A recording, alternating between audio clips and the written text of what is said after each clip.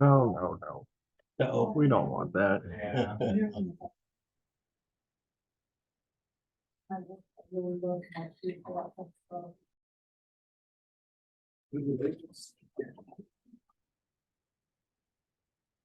I pledge allegiance to the flag of the United States of America and to the republic for which it stands, one nation, under God, indivisible, with liberty and justice for all.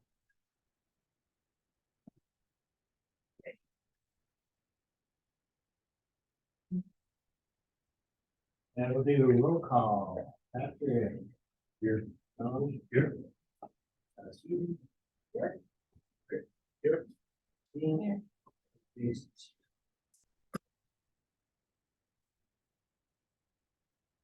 Are there any additions or deletions to the agenda? I would like to discuss the report that was supposed to send to the board. As part of the bylaws, so. FPDA report. I don't know, if the bylaws, they can send the report. So the actuarial that you That's the shared, report. well, no, it'll come out, the 2023 one will be posted in June or July, so all the data was collected and they did it, so I think it's typically, I was looking at this one's dated July of 21, so it'll be July.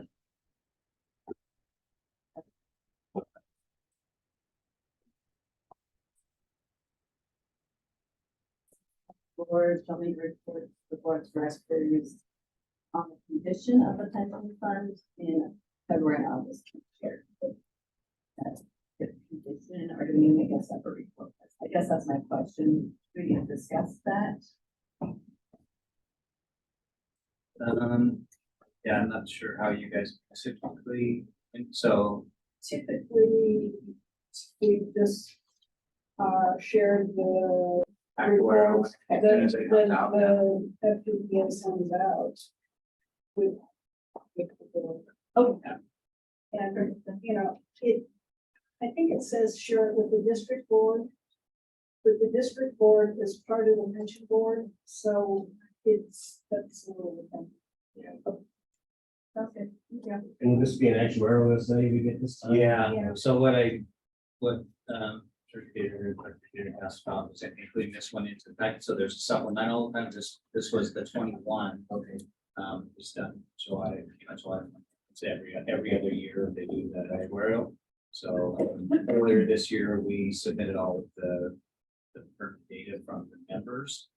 How many we have from all that stuff with them, when they started doing the actuarial report, now it'll be July of this year, so next month, at some point, we will be supposed to.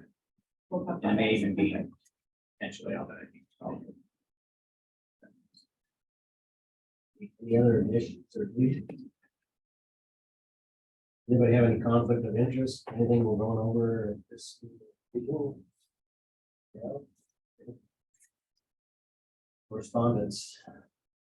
And none from staff.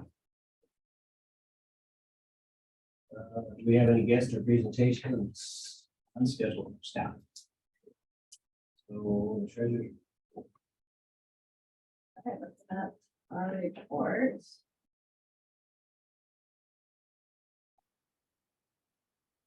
The one thing I want to point out is page 6. Our contribution, the calculated contribution has gone up from 105 to 116. That's 100,000. From 105 to 116, that would normally include the state match. Yeah, so Okay, this, so so, minus the state match. correct. Yeah, so our contribution is minus the state match, the total between ours and the state contribution from what we budgeted will be that 116. So we budget the 116, we budget minus. We budget the one, I have to double check, we have it in our, but I think it's 105, 360 something to. So it hasn't changed. Yeah, correct, yeah. So this year, yeah, from the calculated actuarial amount, that's the planned amount, which would be our contribution plus the state match. Well, and I think State it's, match, sorry, it won't record until It's approximately October when we get to do the application stuff for the state match, but they won't fund it until we funded our contribution. So sometimes we see it in the December report, and then there's been times where if we made our match deposit late enough that it won't reflect until January for the previous year. The only question I had as I was talking to, it's not in these reports, it's in the actuarial valuation report. Let me find the page for you guys, sorry. Page 21. There's 4 different plans. And I was talking to our representative at FPPA. And they were saying that in 2021, we increased it from 1,000 to 1,064.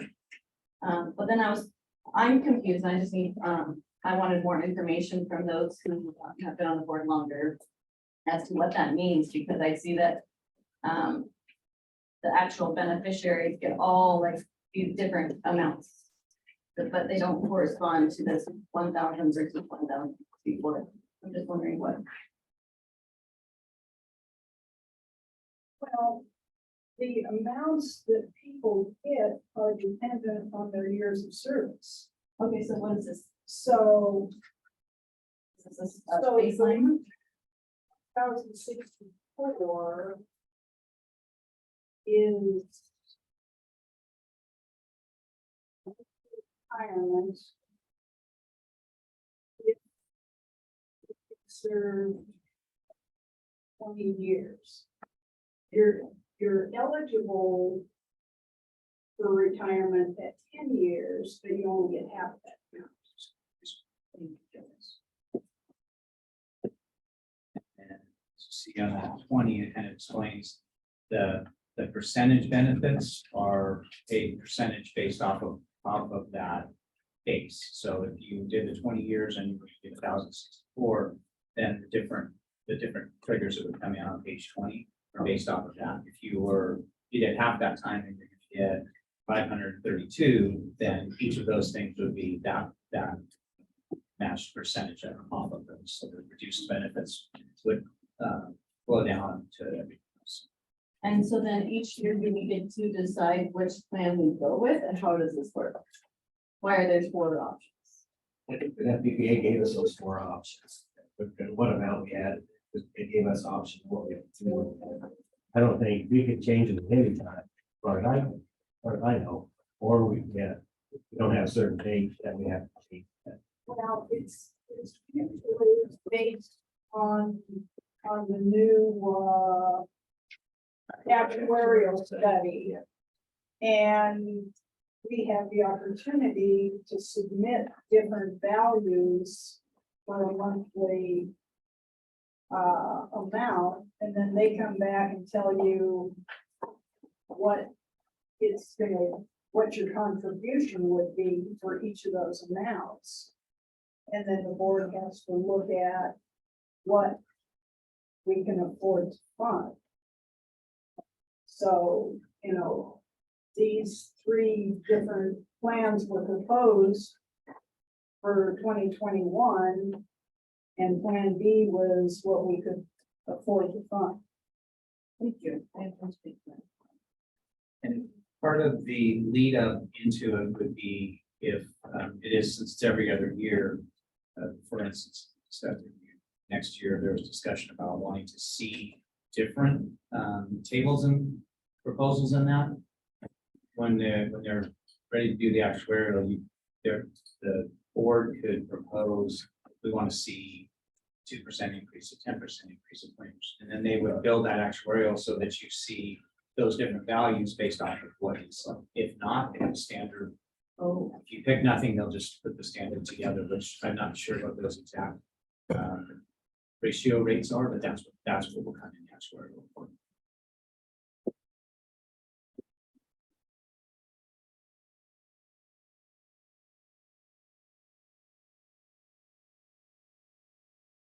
Board business. Officially welcome the new board members. No, I think we got a couple new board members and we've got with that, so pension board. Yeah.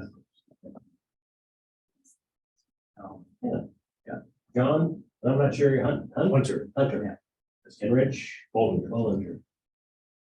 and then Patrick Ramos, our retiree or active retiree representative members, or one that's quite confident for the 2-year term, so congratulations on that. Yeah. Yeah, everybody's on page and gets the vote from the who on that, so. Have a little trouble with that. Okay. So, the last pension board meeting, we need to go over the minutes, that was March 8th.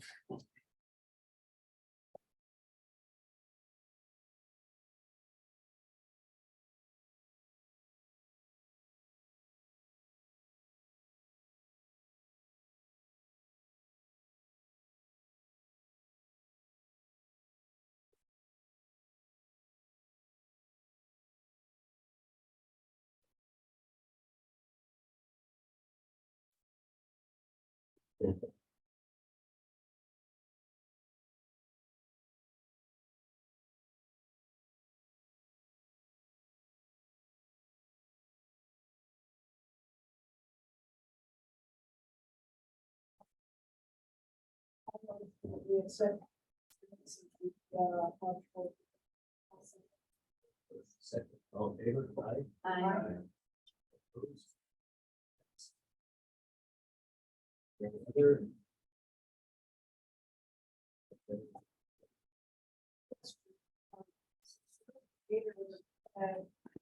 Mentioned that she thought the actuarial evaluation report had some really vital information in it.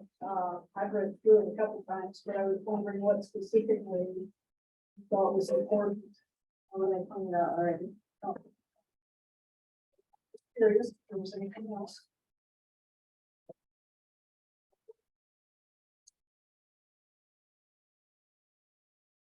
And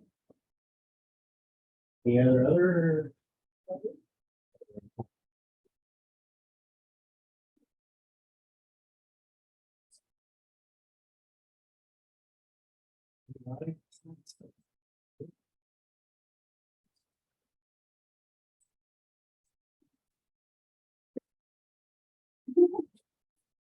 Good.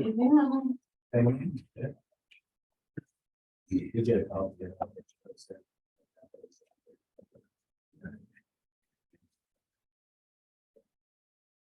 Yeah, we'll just send it out to the, once it's out. Just put it out to the. Right. We will skip the plan. I think we already did it. Unless you really want to go. So we'll do a roll call. John? Jason, here. Steve here. Both words. Addition or deletions to the agenda. I was just thinking of condensing. There's a lot of redundancies in the meeting. Number 7 is gonna be talked about in number 5. Number 9 is gonna be talked about in number 3. Number 10 is gonna be talked about in number 4. Oh, yep, sorry, 7 is gonna be talked about in number 5. 9 will be talked about in number 3.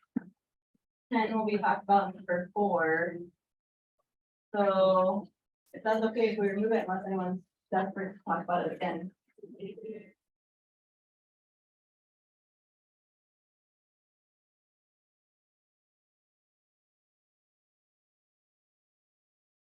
Yeah, we'll talk about it again. I never talked about it. Number 7 will be talked about in number 5. That's why I'm saying get rid of number 7, so we're already talking about it in number 5. Number 9 will be talked about in number 3. Number Nine. correct, and number 10 will be talked about in number 4.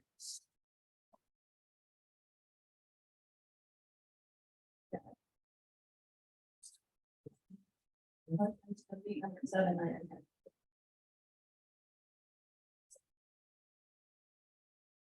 Number 9. Hey.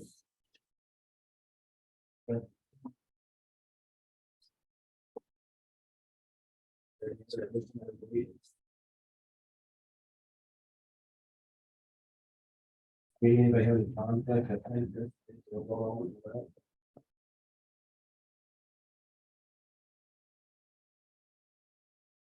Any correspondence? Staff. We have on the agenda for executive session. Pursuant to section 24-6-402. The purpose of conferring with the district legal counsel to review legal advice. And special legal questions limited to recent personnel matters. So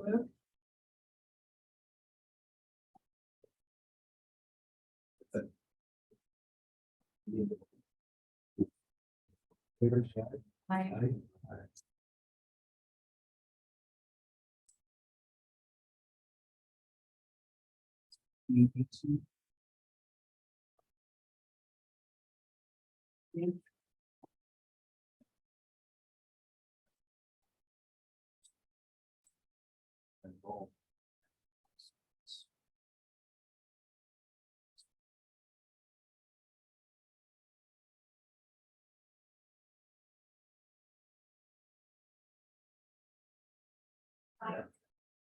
Go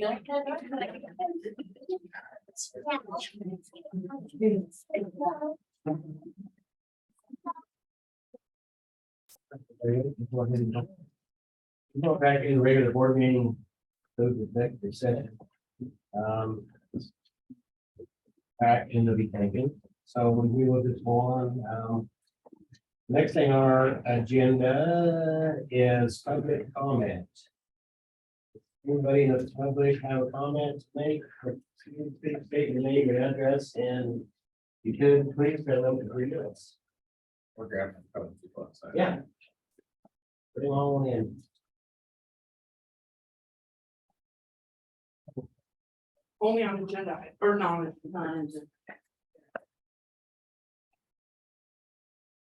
Any public comments?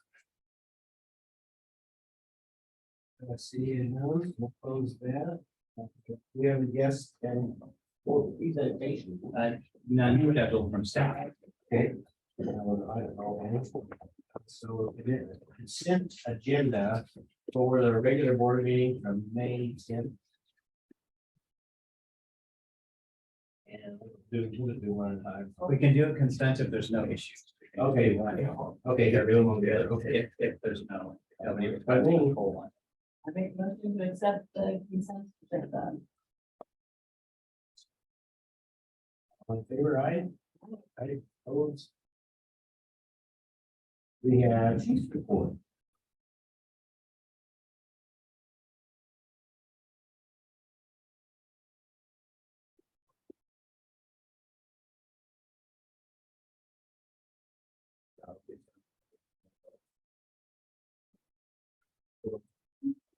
Part down the agenda. We start off really quick, catch up on a few things. So there's a few here. I just wanted to congratulate, so Lieutenant Schieber, Lieutenant Phelps, Fire Engineer Dedek, Fire Engineer Kelly's not here, Fire Engineer Socek over there, Firefighter Clausen, Firefighter Leverage. All have recently in the last about a month and a half completed a bunch of different state certifications. So firefighter twos, instructors, safety officers, some of those. So a lot of work's gone in over the last year and a half. And we were struggling a little bit with some of our testing success, but we've been super successful with some. So I want to thank those who put in the hard work for doing that. Taking advantage of the studying materials. We also had regular firefighters, Stacy went through and successfully completed the BFA Fire Operator Academy. So see that in that. So congratulate him on that too. And it's not here, but thanks for doing that. So appreciate the work, you guys. Thanks for doing that. The auditors from Haiti and JDG right at the tail end got a couple last little bit of some other things that they pulled for finishing the 2022 audit. So I'll have a final time on that. July 29th, end of July is the final deadline. So I fully anticipate having something really close soon. Maybe I'll speak on that, we get a little farther. We did our wildfire preparedness open house at Station 17 on Saturday, May 13th. So I want to thank the crews, the B shift guys, and some of the other crews on the day before. Sorry, I forget the shift for sure, but got the mowing done, got the station really tidied up and looking really good. So thank them for doing that work to get that ready. But we also had LEDA, some staff from LEDA, the Larimer County Emergency Telephone Authority that does NOCO alerting and emergency alerting sign up. They came. We had Larimer County Office of Emergency Management prepared from there, came and had some of their new guides, and then we had Larimer County Emergency Services there while then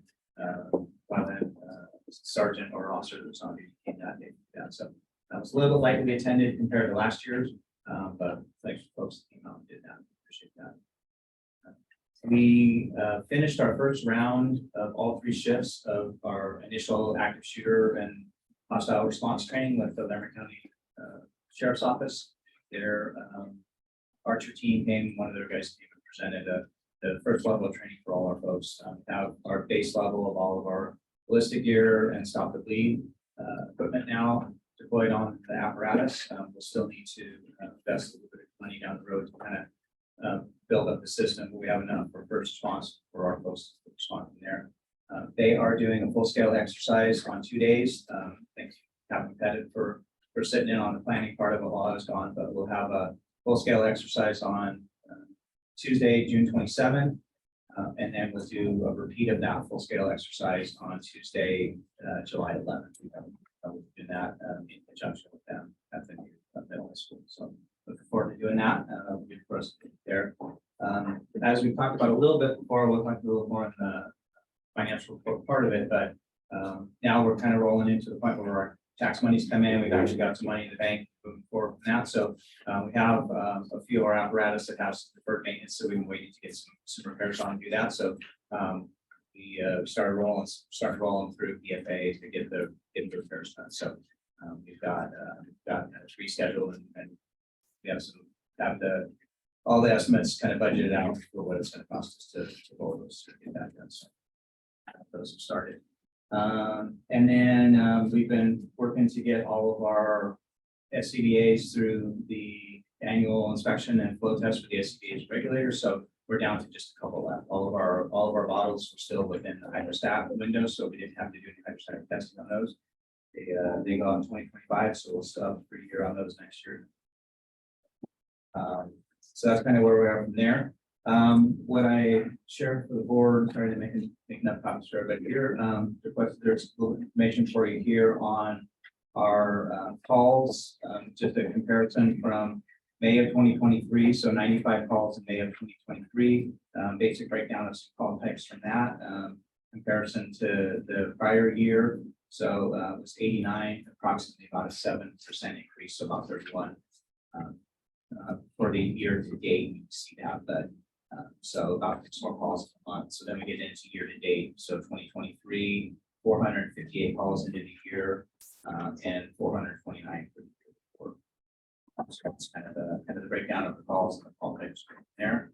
Last page shows on it is just a basic breakdown of kind of where our staffing. So when we say full staff, that means 3 on the infant at 16, 3 on the infant 17. And then there was some time there where we were down down by half to our minimum staffing level. So 5 is our minimum staffing level for the day. So we had a couple there where we were during the day half we were minimum staffing, and then a few of the days there were at minimum staffing for the full shift. For minimum staffing, it's 5 out of stations. So out of our total hours of a 24-hour day, we did 624 hours for full staff and 120 hours for question on that. They both be Wellington and I'm guessing. So yes, the top bar is 16, and then the other one is 10. So there's a couple of ways we're looking at doing some of this. Some of the Power BI analytics is really nice to kind of grab them real quick, but it does give us the ability to break down too much or be able to export them into a readable place. So we can expand those calls and dive down into them a little more. Fire, they're not all necessarily structured fires to break them down, but there's different call coding for those. But as we expand all of them, they go farther down than that one. So we can work on that with them. Very helpful. Thank you. Very nice. Thank you. Very welcome. I was just, most know I was gone for a couple weeks on vacation, so I want to thank everyone that stepped up to help out, cover shifts, coverage stuff for us. And then Lieutenant Dells got spun up real fast on doing payroll, so he'll do payroll a couple weeks ago, and then did payroll was gone, so thanks for doing that. I think everybody's appreciative. They still got their paychecks on Friday, and it wasn't me that's doing it, so thank you for working with me to get those done. And the last one's the harder one, but I want to congratulations and well wishes to right over there, that one over there.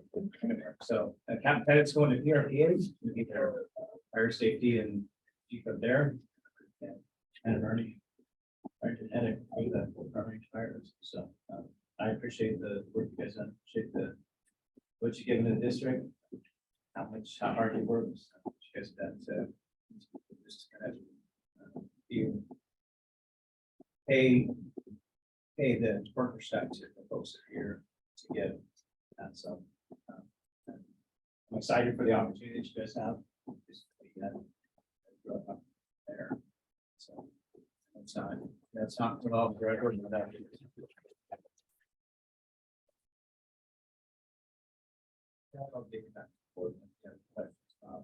I just wanted to comment on your all-employee meeting that you had in Washington, Jim. That was very interesting.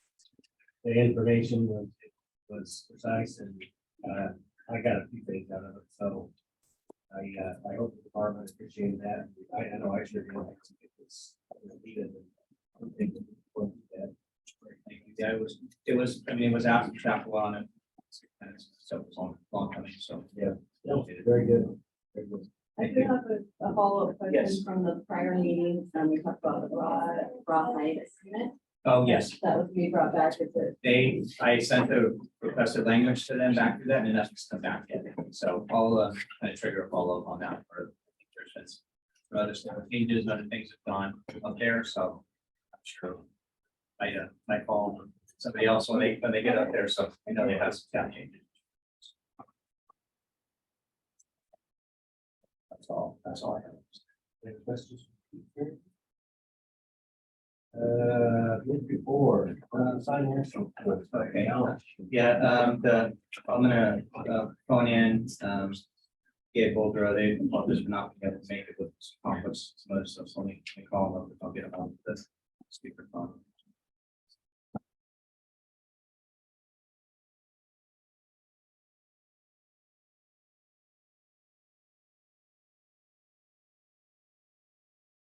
Gabe, it's Mike Patterson with Wellington. Thank you for being available. We're at that part of the meeting for the financial report. Got the board present, everybody here.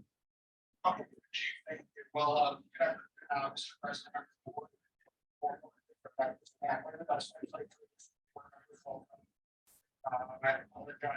not there. Try to come in, but unfortunately, that's the conflict today, so I had to call in.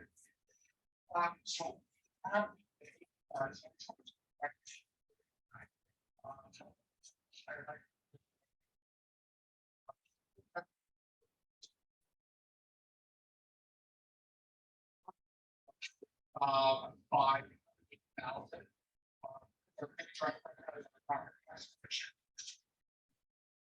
So market for tax for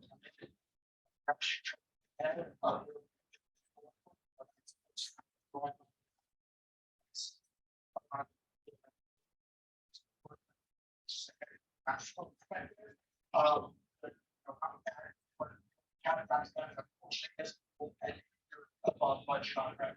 So we come in, we're close to or tax revenue. Sometimes less just what is not being paid or somebody selling their house in an old tax. On the expense side, our total expenses for April $117,693. We're under budget totality on our expenses by 24,000. Couple significant businesses point out. Brookville was under budget by 102,000. A lot of that is some vacancies, regular wages and the associated benefits. addition to other large areas, I should say, it was under,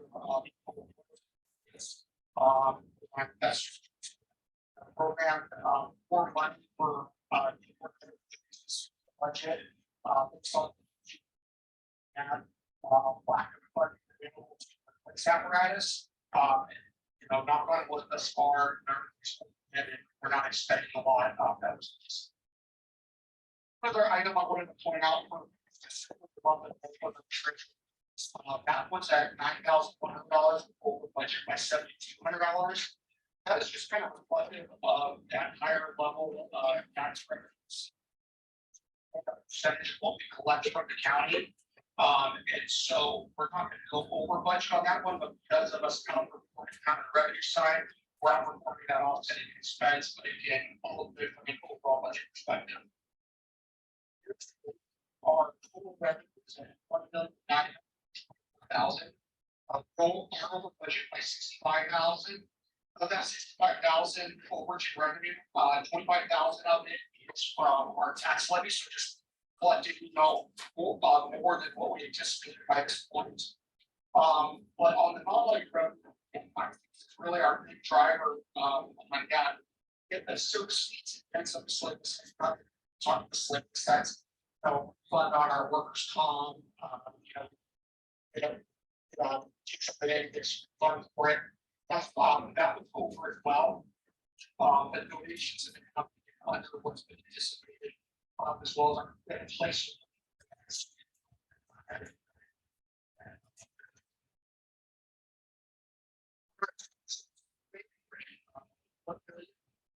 $1,000,000, which is budget by $124,000.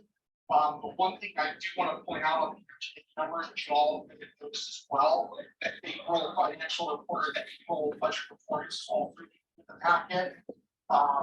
Treasurer could identify a couple charges from last month's credit card.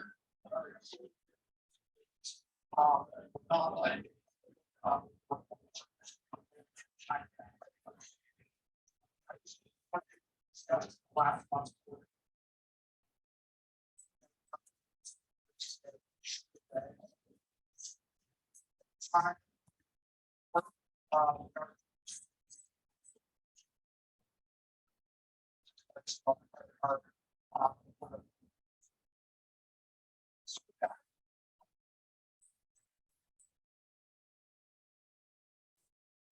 I'll just make a couple comments really quick too, as you talked about the vehicle expense. That's one of the things I kind of want to jump in on a little bit as I shared in some of the earlier meetings, was that just the timing of our receipt of tax revenue.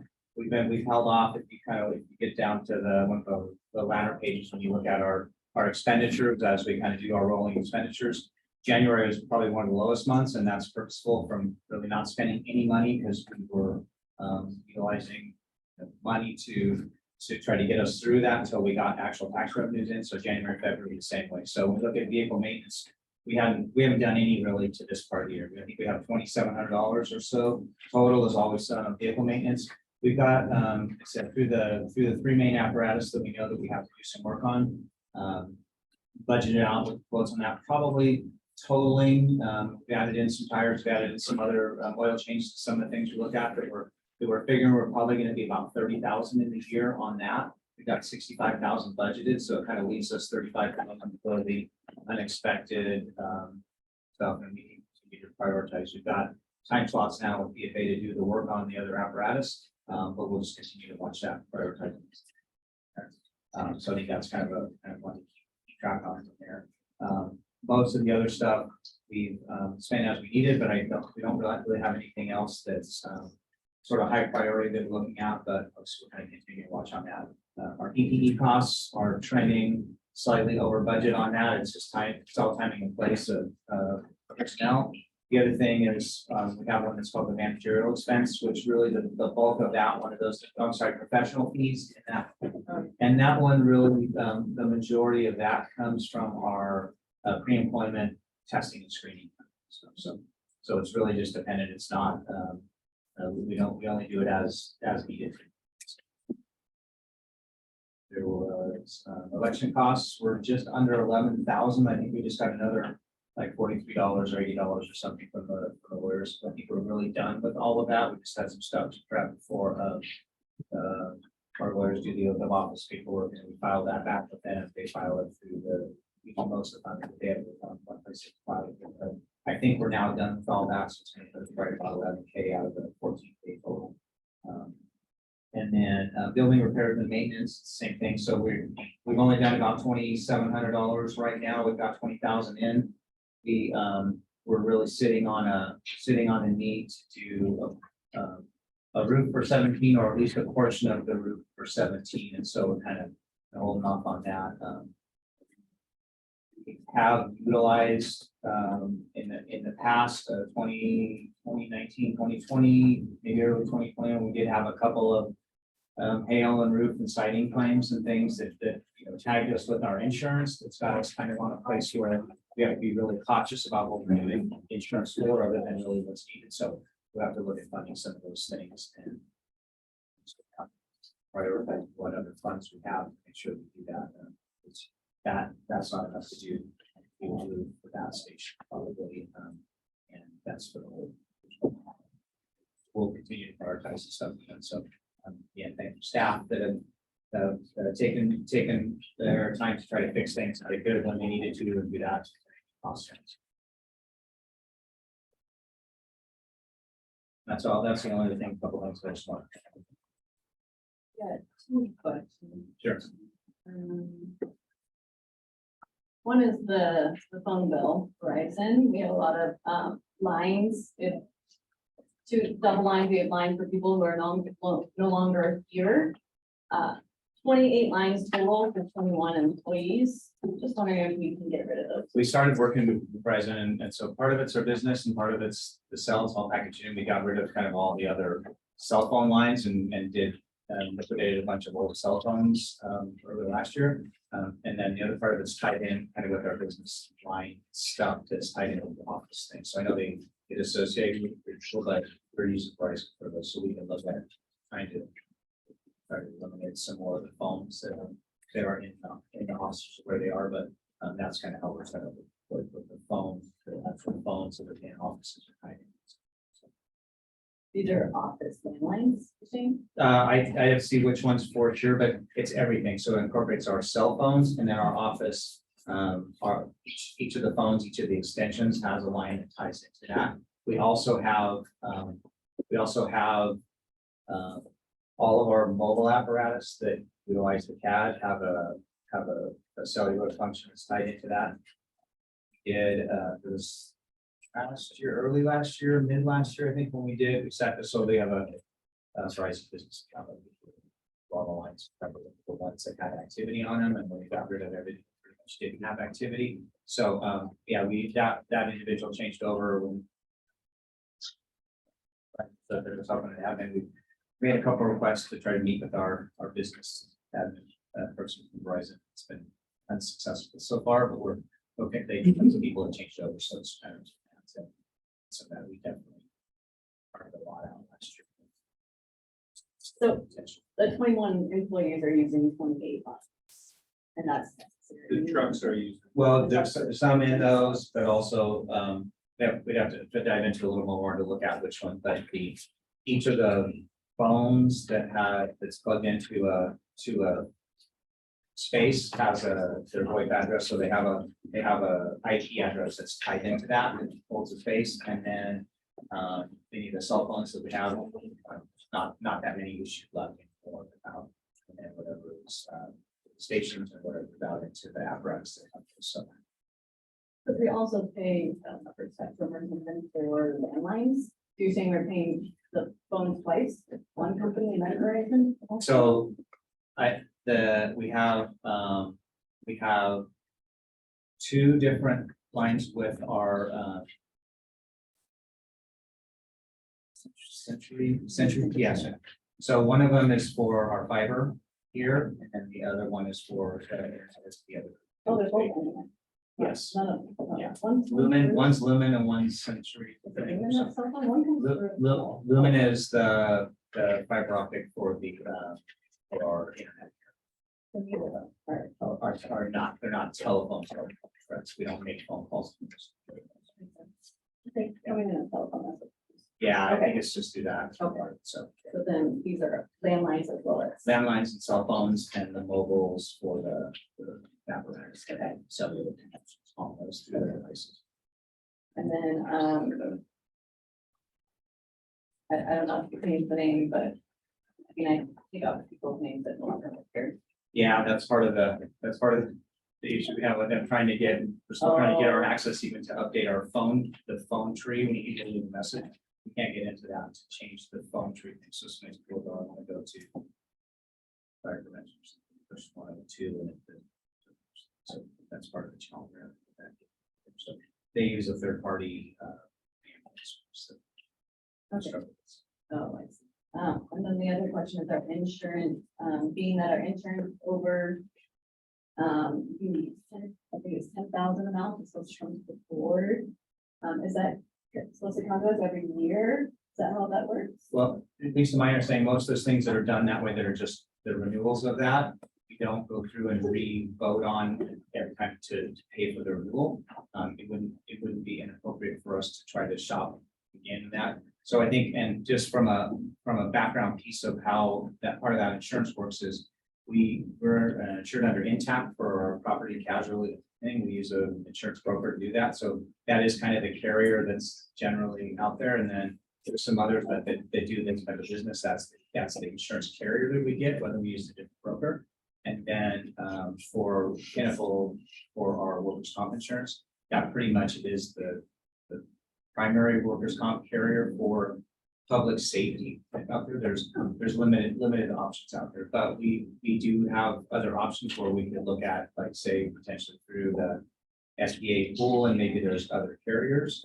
And I'll just give without diving into too much, but we do have a so Sheridan alluded to a little bit with our property capital and liability. We have some claims that for repairs and claims for others.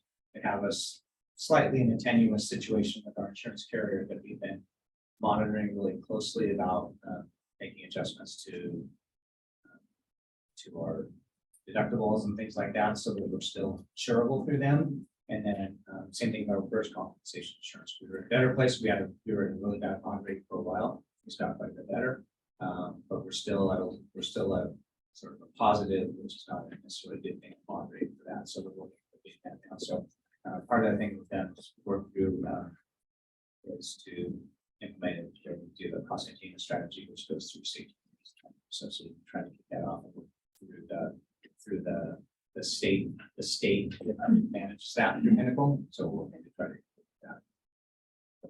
But we have changed brokers in the past, same insurance with an attempt to save some money. And the issue primarily with our workers' comp insurance is that it's based on our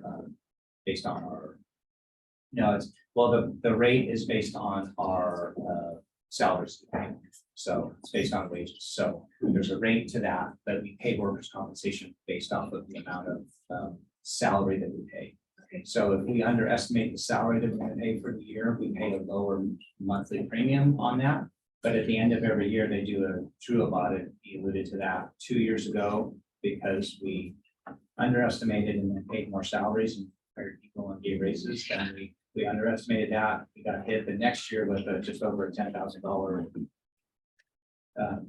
additional insurance through the audit. And then this year we had about almost a $10,000 or $12,000 refund back because we estimated the salaries of that, but then we did the budget amendment mid-year and we reduced some positions, we reduced some salaries. So when the year ended, we ended up with overestimating the salaries for the year, which meant that we got a bit of So if, the workers' comp, if we can, shop around, because, I was looking at another district's, financials, who pay their employees more than we do, and their workers' comp is half ours. We pay 60 and they pay 30. Is that Yeah. based on their actions too? But it is based off of salary. Well, there's a mod rate. There's a mod rate that is like the multiplier piece. So the other part of it is that there's our insurance rate, and then we have a $10,000 per claim deductible. So because we don't have any reserves, we're trying to budget in for a certain amount of claims that we may not get to, maybe, but it also is, that's a direct cost to us. So there's a $10,000 per incident deductible that we have to pay the first $10,000. So there's that we need to budget in for a certain amount of that, whatever we think that might be, to try to help keep that back cash reserves. We don't at least budget enough to start with that. If the rest of it something else, if that comes, we'll have reserves to pay for the claims that go on. So If we want to. yeah, absolutely. Yeah. Shop it around and see if we get the. Yeah. Great. Yeah. That's all I got. I'll make a motion to accept the May and April financial reports.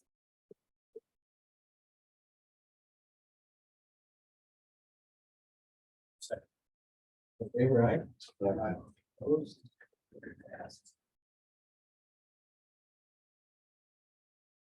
Thank you, Gabe. Is there anything else you say on one part? Hang on, anything else or? Pretty much together. Okay, yeah, well, if you're available, we can slide if something else comes up. Yeah, I'll stay on the. Okay, okay, appreciate it. Thank you for your time. Yeah. Bye-bye. Hey, so we're on to election, board officer.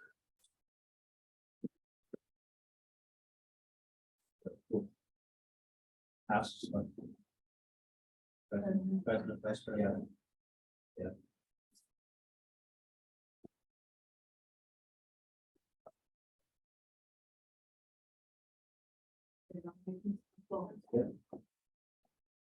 Okay.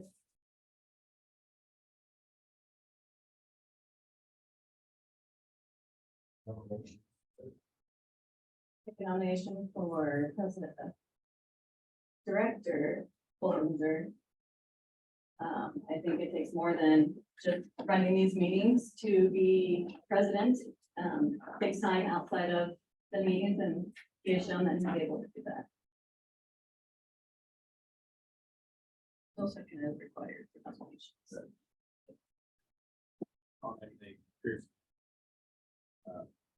He's been on board longer than all of this. Just put in a lot of time.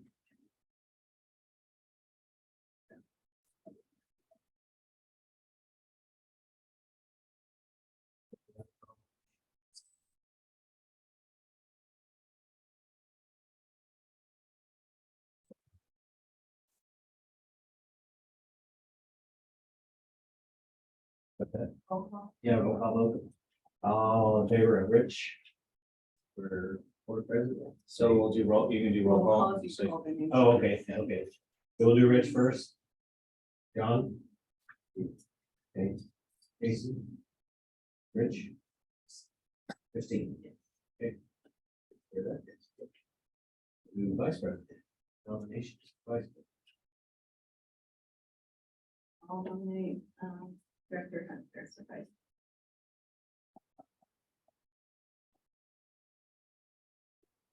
Nominations.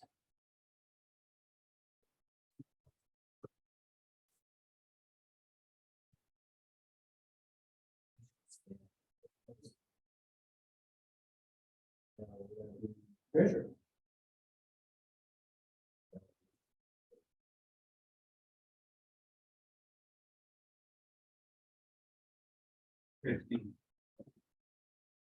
Good job.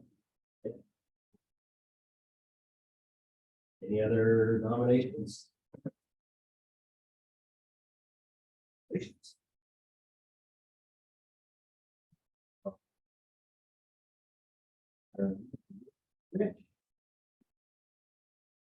Secretary. Oh, yeah, we need a secretary. So there's, yeah. Options to do board or.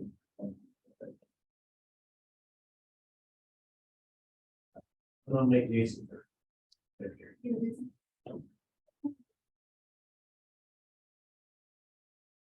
Not a position I would really be good at either. Yeah, all the time. Chief was nice and fluent for us last time.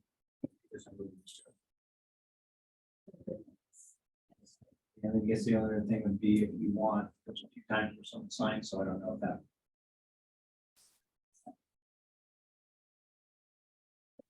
The secretary to sign checks in. No, not for, so not for signing checks, but there's, I think there's been,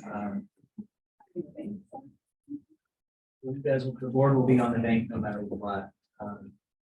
I guess you could do that, you know.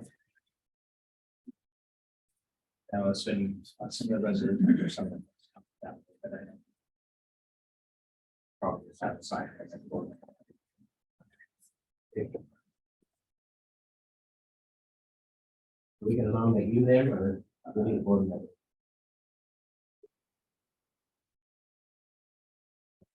Yeah. Yeah. For signing, yeah. No, it's not for signing, but for the, just for the role. Yeah. So it's doing some-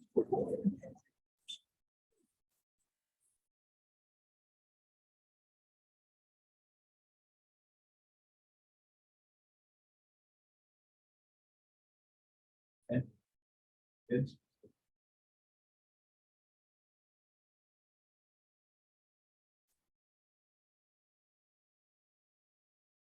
So we're going on to number 3 and 9 together, correct?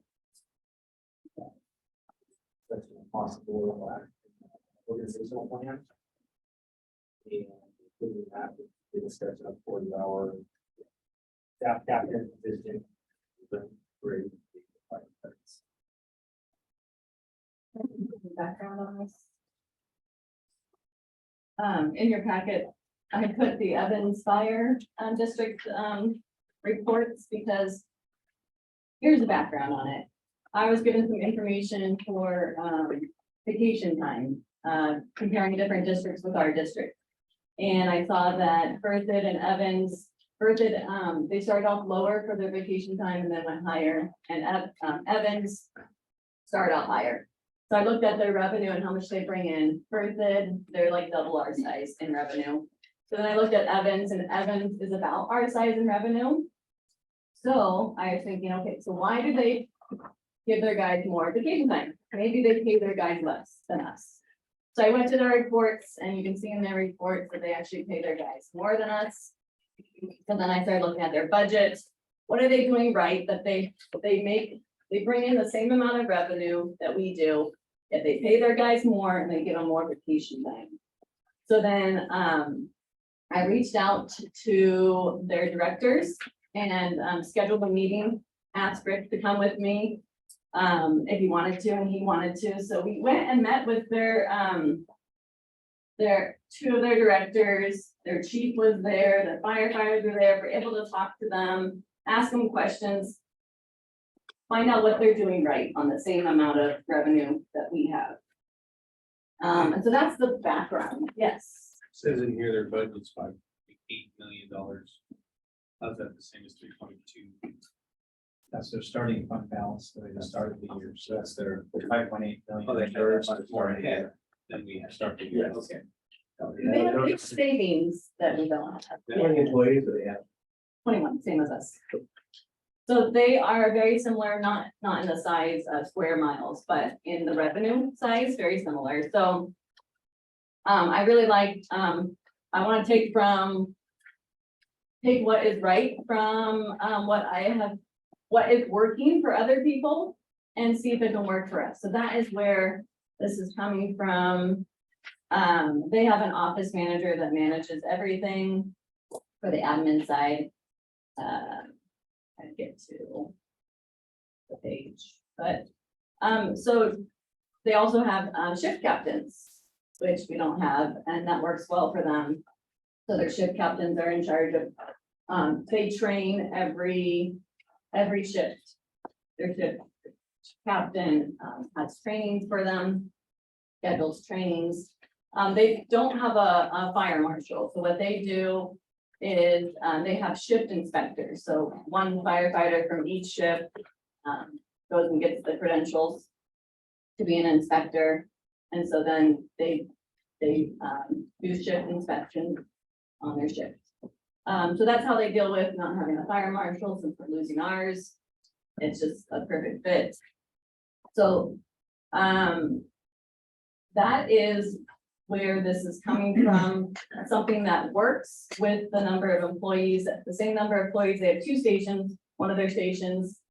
They just store things at, so they have all 6 on duty at their one fire station, and their minimum is 3. So they have 6, but they'll go down to 3 because they don't, the difference is they don't do overtime. They try not to do overtime. They will do it if it goes below 3. They'll, but they do, acting up.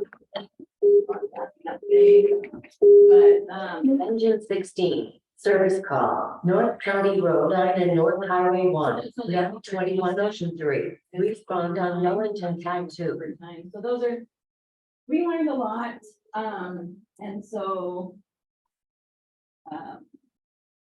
Also, we pay, our personnel costs are 67% of our budget.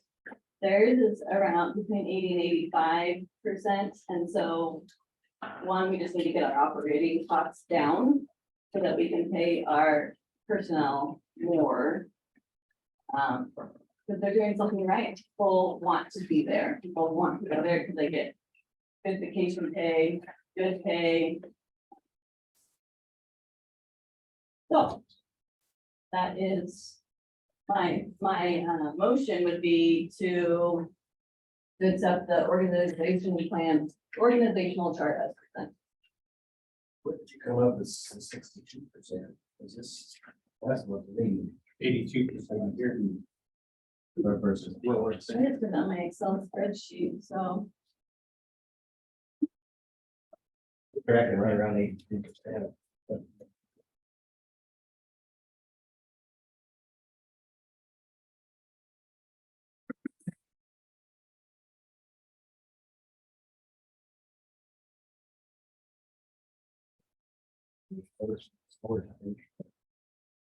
I was comparing their personnel with our personnel. So some of the things under our personnel, they don't consider personnel, so when I take those out, ours is 66%, they're 82.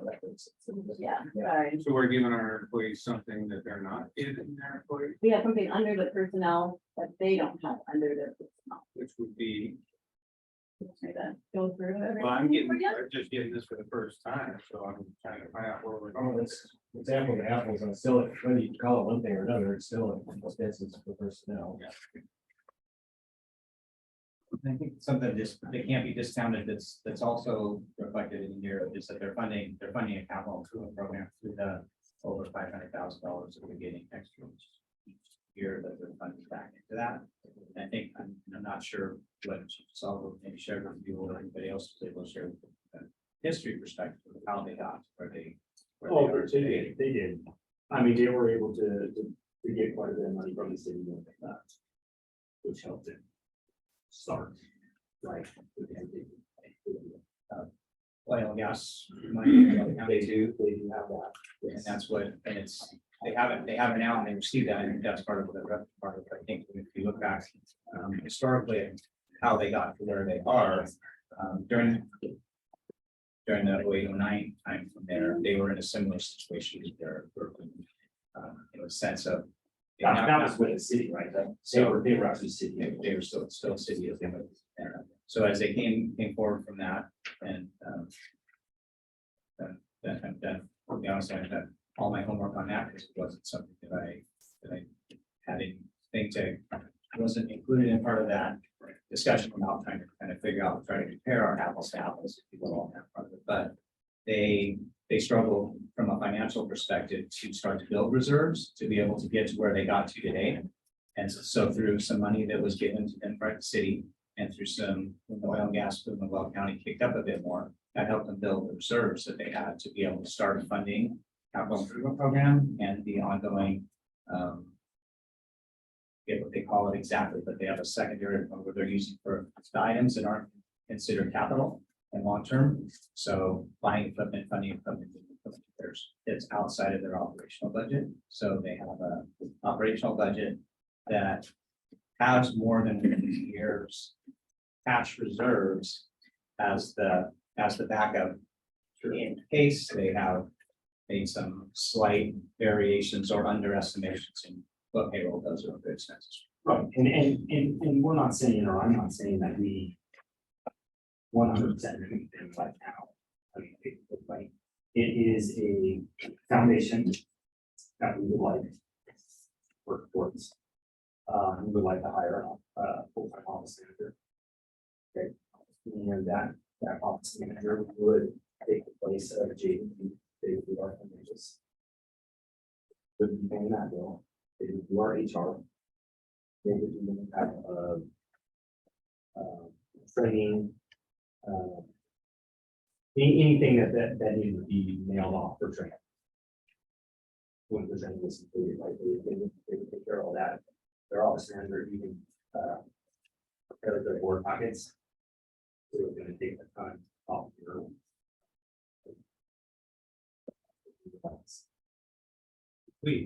I'm curious, because I think this is the first time I'm hearing. Well, that's why we're presenting. That's what I would like to see. I would like to Who's see we? Rick and I. when we went and looked at. Okay, I'm just trying to find this out. Yeah. I'm just getting. Right. So this is why we're presenting that, so an office manager to take care of the stuff. We're paying JVG $60,000 a year, which obviously was needed for financial stuff. Yeah, it's very solid. What about all their benefit packets and everything else that they're gonna have to get, that's gonna keep you way above 60 grand. It's gonna be us way about 60 grand, and I don't think we can find that person 60 grand, but that's also HR person. There's multiple hats this person's wearing. So we're gonna go back $20,000-$30,000 behind. We are no longer paying. Okay, you take 60 grand off. No, I got that, yeah, we are no longer paying a fire marshal either. So hang on. Yeah, fire marshals. Yeah, well, I can ask Everett how much it took to get him up to qualifications to do what he does. And You're gonna right, pay he's 5 got- people that. We would have to, contract out for new construction, like other small departments do. Do that. Right.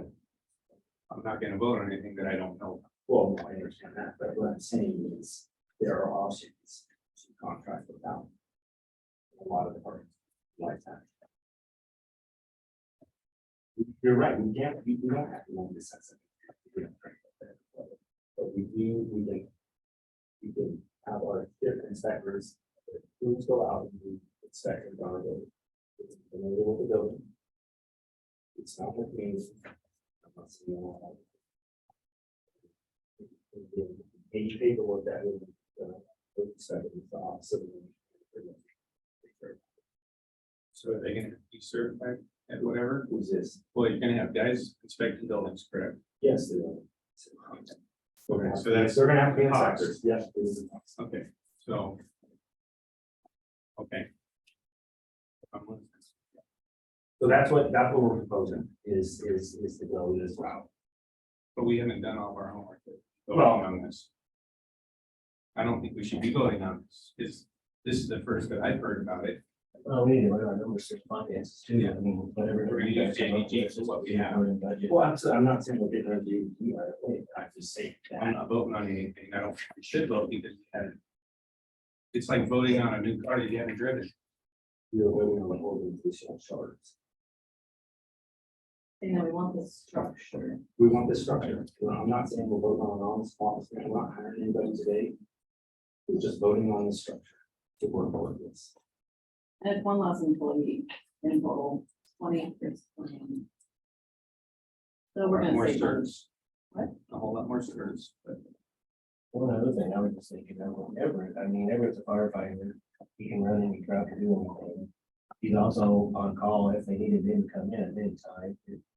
This is probably not gonna get that. Well, that's gonna, This office person will be a firefighter too. this office person will be a civilian. But we're also looking at shift captains. Shift captains will do all your training on their shifts. And they will also be able to sit in the chief's seat when he's gone. They will be qualified. to do that, Except operation. Except So operation. they won't be, and then the structure fire. No, they will be commanders, right? They will have those certs to be able to command, they will have the safety officer, they will have incident command training, absolutely. Yes.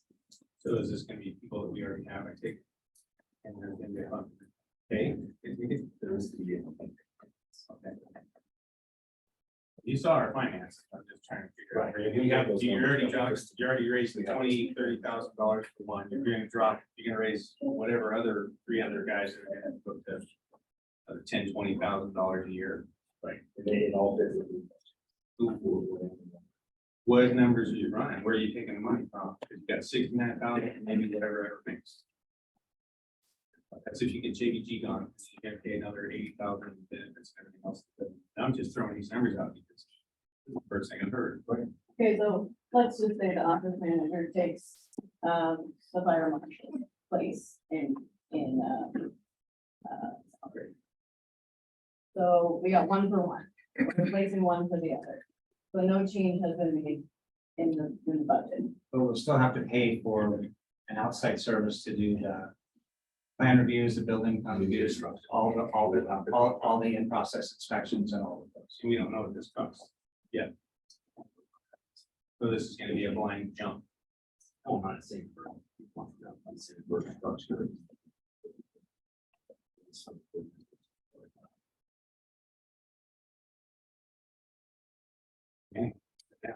So we all talk about it like the board. Well, have an account for the numbers. So that's- The accounting. And then we need to get the numbers on how much it's gonna cost for certifications, and how much it's gonna cost for people outside of this, and then whatever it's gonna take to get somebody to run the department. I mean, not run it, but the administration. Because that was the whole reason that we went down this road and get rid of, so we can get into the positive. Not seeing a whole lot of positives, we're gonna go right back to negative, and that's what I. We're I told we're the not town- going, we're not going. I told the town of Wellington, I will not do this. Yeah. Yeah, 20 employees versus 21, how are we doing that? One month. Certifications are one, that's a big one, because you're gonna get 3 guys that's gonna have to get served up. You're gonna have this person here that is gonna be benefit package for the state based off of Everett's number, that's fine. The third one is, so you got rid of JVD, you got rid of Everett. Now you don't have an extra firefighter, so you're gonna have to call in overtime, you're gonna have to cover that spot. How they, at least if we follow evidence, they don't do overtime. Evans has so $5 million more than us. So there's also an operational thing that can't be overlooked here. So I'm pretty disappointed that. Especially for you to come to those. Do you know why Evans can go down to 3 people? You didn't ask a question about that? Where are they co-located? What's their geographical boundary and other stuff? And not just surrounding cities. Yeah, I'm not saying we go down. I never. They have Greeley, that's City of Greeley, full-time paid fire department. They have Valley, full-time paid fire department. They have Farmington Fire Rescue. paid fire department. I don't even know who else for sure, and they cover 10 square miles. Cover 288 square miles. We probably drive to the Car Road exit on one of our rigs, probably put more miles on one of those calls than they'll put on in 2 weeks of calls. It's the service level that citizens have asked for and deserve. So I think that's a big piece that you have to dive into. Yeah. We'll go to County Road and on my district as well, but go to County Road 72 out on El Canyon to calls that are out there and we'll be on for an hour and a half.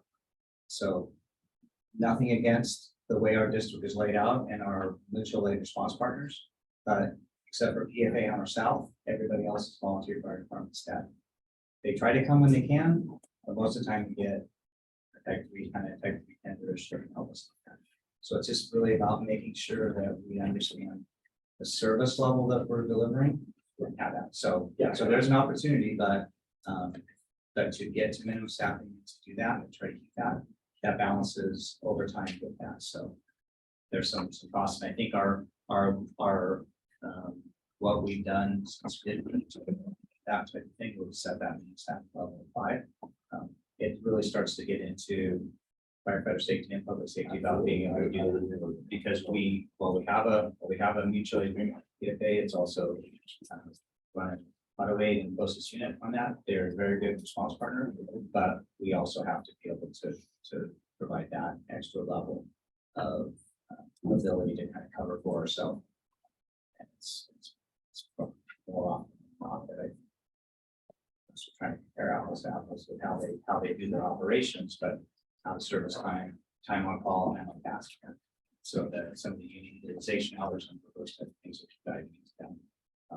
I think we shared it early on, kind of with the boards and those things, but there are, depending on what we're looking at doing and how committed we are to making some of these changes on there. There are third-party services that do that for us, that do the standards of cover, that do those type of services. But just did want to validate their staffing, so the way they're doing.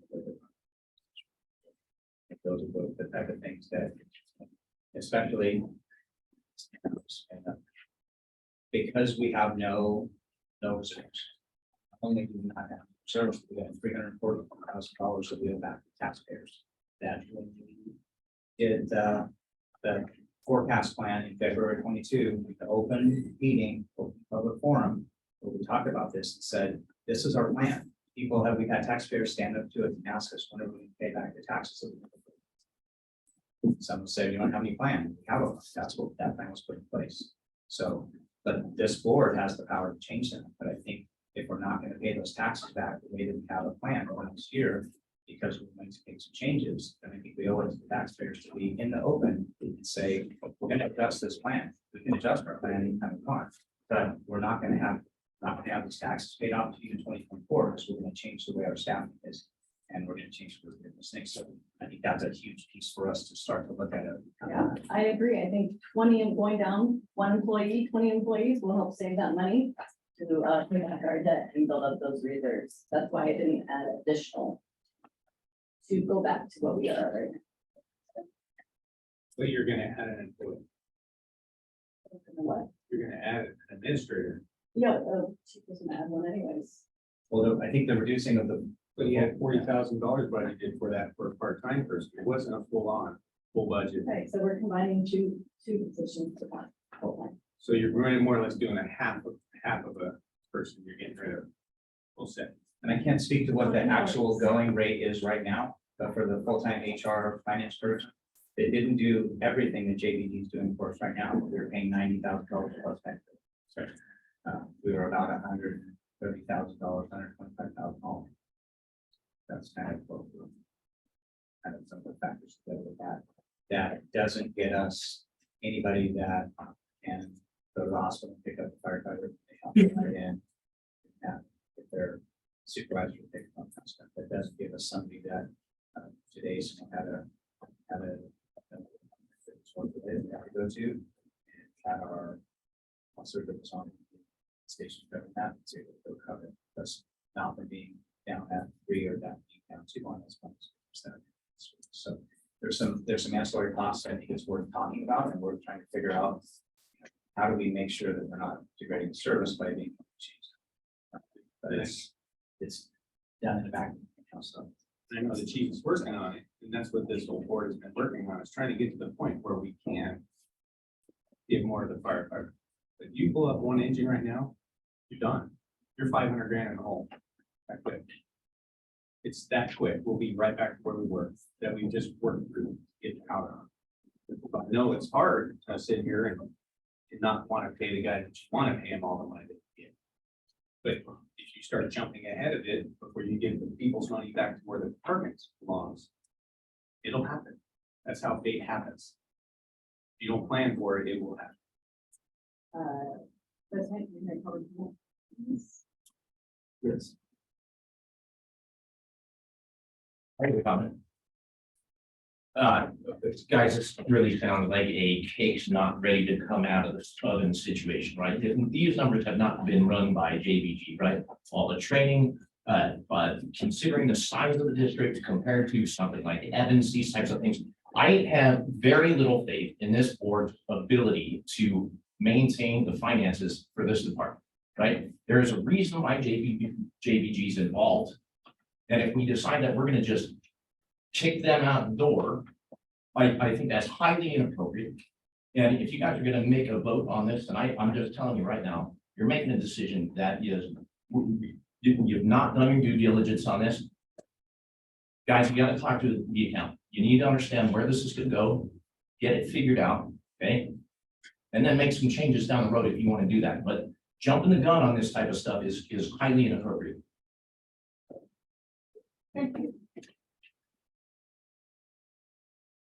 Yeah, I'm probably going to. So, I'm concerned, I guess, because I live here as well. So.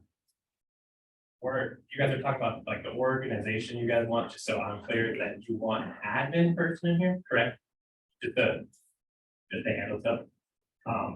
We have holes on fire trucks. Why are we talking about administrative? We need fire on trucks.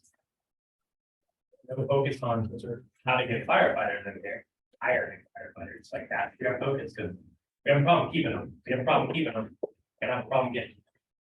So how are we gonna fill holes on the fire truck? Maybe fill in a couple holes in the back, because you gotta have people going out the door. And Evans also has an ambulance in house full time, so there's two more people with paramedic. Don't have that, we wait. I would love to see the time, how much we wait, but what I know, it's probably at least 10 minutes most of the time. And we all put 28 square miles, we're like 10 square miles. And that's surrounded by a lot of help. We have one professional department that can help us like really quick. For our 288 square months.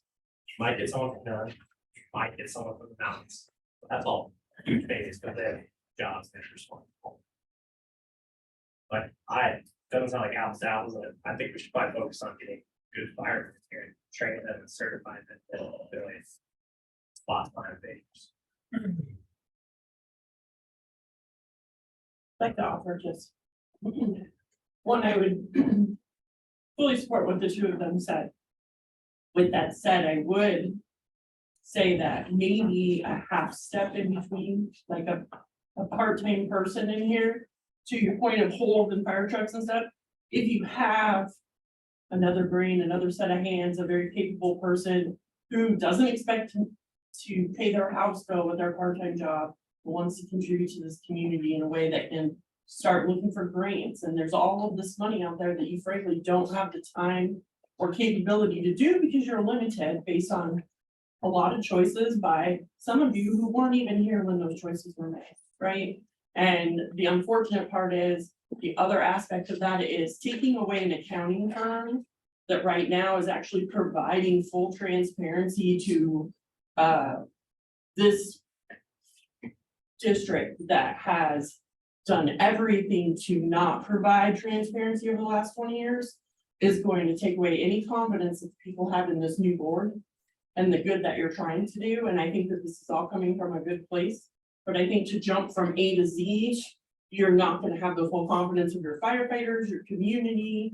I think there's some half steps of working towards that. I recognize that you're looking at it as a goal, but maybe phase that goal to make it something that you can have financials behind, some target numbers. You're going to see an increase in revenue next year with the new assessments out, but in referendum HH shouldn't affect you guys, but maybe, I don't, let's hope it just doesn't pass, but that's a little short. But my point being, I think the buy-in that you need, which is something that you need not only amongst yourselves and amongst the people that work in this district, but the community members that are watching, and you guys got people on Zoom watching and everything else, is showing that you're taking steps towards we're doing things right. To take away an accounting firm that provides the transparency that the taxpayers in this town really, really count on would be foolish. Honest to God. So, and that's not pointing at any of you, that's just the collective of the experience that we've all had in the recent past.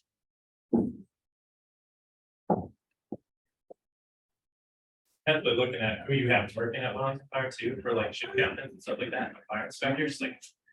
Certs tend to be on cost a lot, it's like $30 tends to pay, that's not a huge budgetary issue, honestly, but big classes are. But there's also hardly anybody in this organization that's qualified or even ready to safely provide a good service to this community to promote them. because the retention's so bad. Your second most senior firefighter, you're gonna retention less than here. Think about that. So it's not really apples to apples, because they don't have a retention.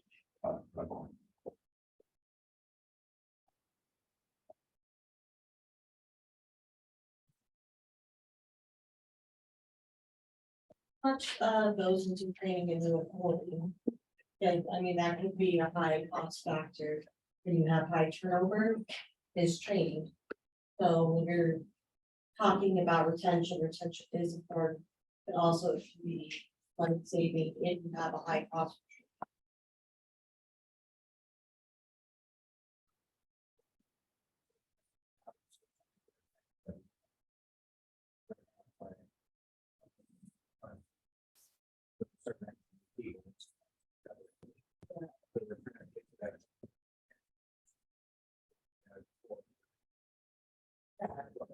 What I'm implying is that focusing more towards the retention will save you on training. So, I mean, I don't know if I have the answer to that, but that is a huge correlation to James, a huge expense. High training. I think, and if I can just speak a little bit more to the part about the value of JVG as a whole is that much to what the public has commented on to that, but it is the benefit we have by bringing them on as opposed to the individual we had there before. It's no different than me going on vacation or we had no redundancy. And nobody that knew how to do the work that that person did. And I had really not a strong level of confidence in the understanding of that. Nothing against the individual, but I think that the way that the things were structured before with the fire chief and the finance / HR director being the one that kind of put together what comes to board, right? We have a heightened awareness to that, but what that independent third party person gives you, us dealing with a firm like that, there's redundancy in some training, somebody's off sick, car accident, somebody quits, they have depth of bench that they recruit in to bring in people that's what they specialize in. And they specialize in special districts. And so above and beyond just doing that, it's helping us keep making sure they're on the right track. They have a long history of working to be able to do projections. I think in our little sphere of looking at what they've done since the end of 21 for us to help put together a forecast, put together a budget plan, and then now to try to adhere to that plan. We've been spot on. As you look at today, we're spot on with the forecast that we did to help get us forward to that. There's some variance in that, but I think from a forecast and what we're doing is making a educated guess. Talk about quite often is we can't forecast a lot of things, but we do the best that we can based off of history. And frankly, when we came in at the end of 21, the history that we looked at was bad history. Because we were just paying too many people too much money. And the history they looked at was how we got from having reserves to having no reserves to literally being $100,000 debt. So the history that we looked at wasn't valid history to try to compare. Didn't compare what we were doing in the past. We had to compare knowing that that's how we got to where we were. So the extra work that you have and the things that helped us do to get to payroll, those other things that we have. So not saying that that's again not something to work and goal towards.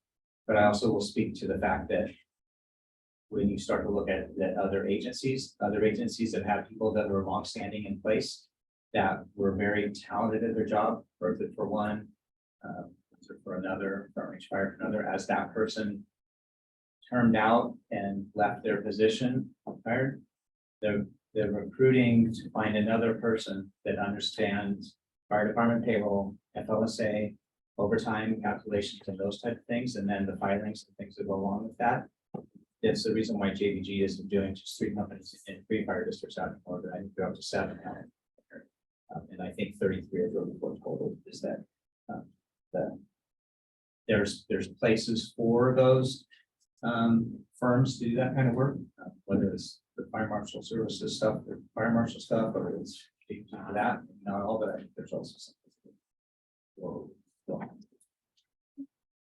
other thing I want to state is it says operational chart, organizational chart. This is kind of for operations, correct? Well, in the chief's duties, he's in charge of operations, not us. Right here.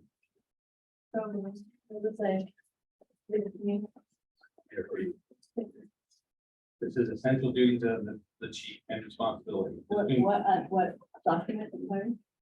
The fire, this is in his official job description. Okay, thank you. It assumes full management responsibility for all fire district service and activities, including fire suppression, fire prevention, fire investigation, fire protection, and measure emergency medical services. This preparation, hazard material response and related program services and operations. Okay, then further down next page, it says, provide advice and consultation to the board of directors on district operations and policies. So he provides advice and consultation to us. What he's doing with the department. We can read that a couple ways. He's gonna advise us what he's doing. Not asking, giving us advice. But you can. So when I got on this board and the chiefs run the fire department, we make sure we're getting it safe, and if there's an issue with the chief, that's when we can probably. This is starting to take away from his operational duties. He's running a department that's coming out of debt, doing well, and I hope the town of Wellington hears this. And personally, on a side note, I'm kind of upset because there was a meeting and 3 of you were in it and 2 of us weren't. That seems shady, and I hope that's put on record. Because if in here it says we are not to do this. So that's my opinion on this. I don't think we should be voting anything on this. I think the last thing too, that's the welcome with that thing, if you take that money that we're thinking about putting towards an added person or to cap and benefit salary. And replace the JVG, which will add an added cost, I think it's like, right, it's like we're offsetting a little bit because we're gonna cancel JVG, that's what I'm thinking. I think if it's capped added salary, which I don't know if it's cheaper to contract or not, I'm not super smart with finance, but couldn't that money be put back into his position, be put back into training and the staff in there, hey? To help put the retention and training in them, is that, like, is that enough? That's an option, I guess, I want to throw out there, I don't know how long. Sorry, say the option again, what was it? Using cap and credit salary, Got it. your tires, you're gonna have to use some of it to contract services.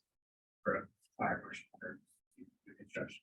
I don't know if that would be ideal, it would be as much as cap and credit salary and his benefits.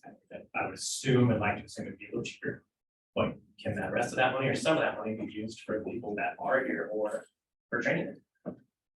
Because you guys don't know, every lieutenant that's been recently hired here, firefighter and engineer, have never been through live fire training.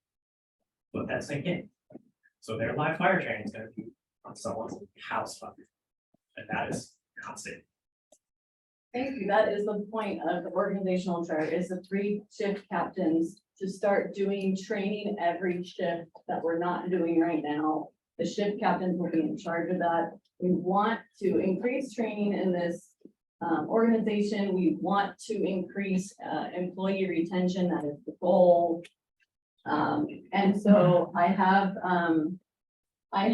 talked to JVG. They have looked at my numbers. They were concerned that I went down to 20 instead of 21. But because I did that, it fits within the numbers.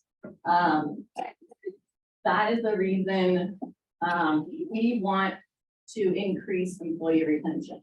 That is our goal with these 3 shift captains. They need more training. Firefighters need training. They're needing because we're not training them. The live fire training gets got side. No shit captain can say, we're gonna go to the live fire. That's not an option. So the only thing we can do for the employees here is send them to training, pay them while they're there and pay for the class. That's pretty much the only way they're gonna get live fire training. Because the training center is always model. We can just never seem to get in there. We can't just set out the fire district training. The only way you can do it, the shift captain can't just be like, we're burning. That's not a thing. Pretty much anywhere. Who knows that? That's not a thing. So you have to use money to send people to classes, and you should pay them for their time. You should pay them for the class. You should pay for where they're staying. Because in the history here, that's never been a thing, so people cannot get out of the train. We're a little off subject. I think we're kind of weaving out the way there. But we got one thing that the chief just now said, ever leaving. He hasn't even had time to set up anything for his department, which the vacancy, or what he's gonna do. We're jumping in front of him. Telling him how to run his station. The board sets the direction and we can launch that direction. So this is a directional piece, saying we want to go in the direction of ship captain with opposite. Let's not talk about the full board. We're talking about it right now. So this is the whole board. Okay, this is the first time that two of us is hearing it, and probably not three, correct? Is that correct? No, that's not This correct. is not correct.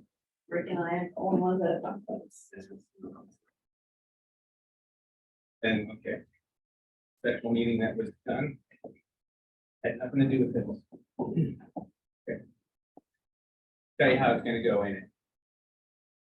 Seems that way, and I'm gonna state it that way.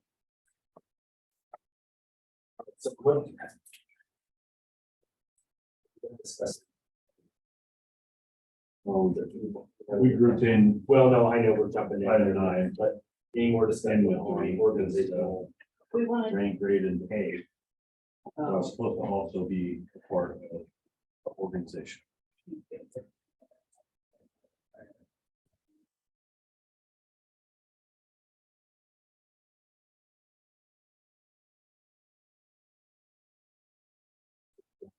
More hours looked at it. the 40-hour shift captain, we want the shift captains instead of us 40 hours. We want some of that.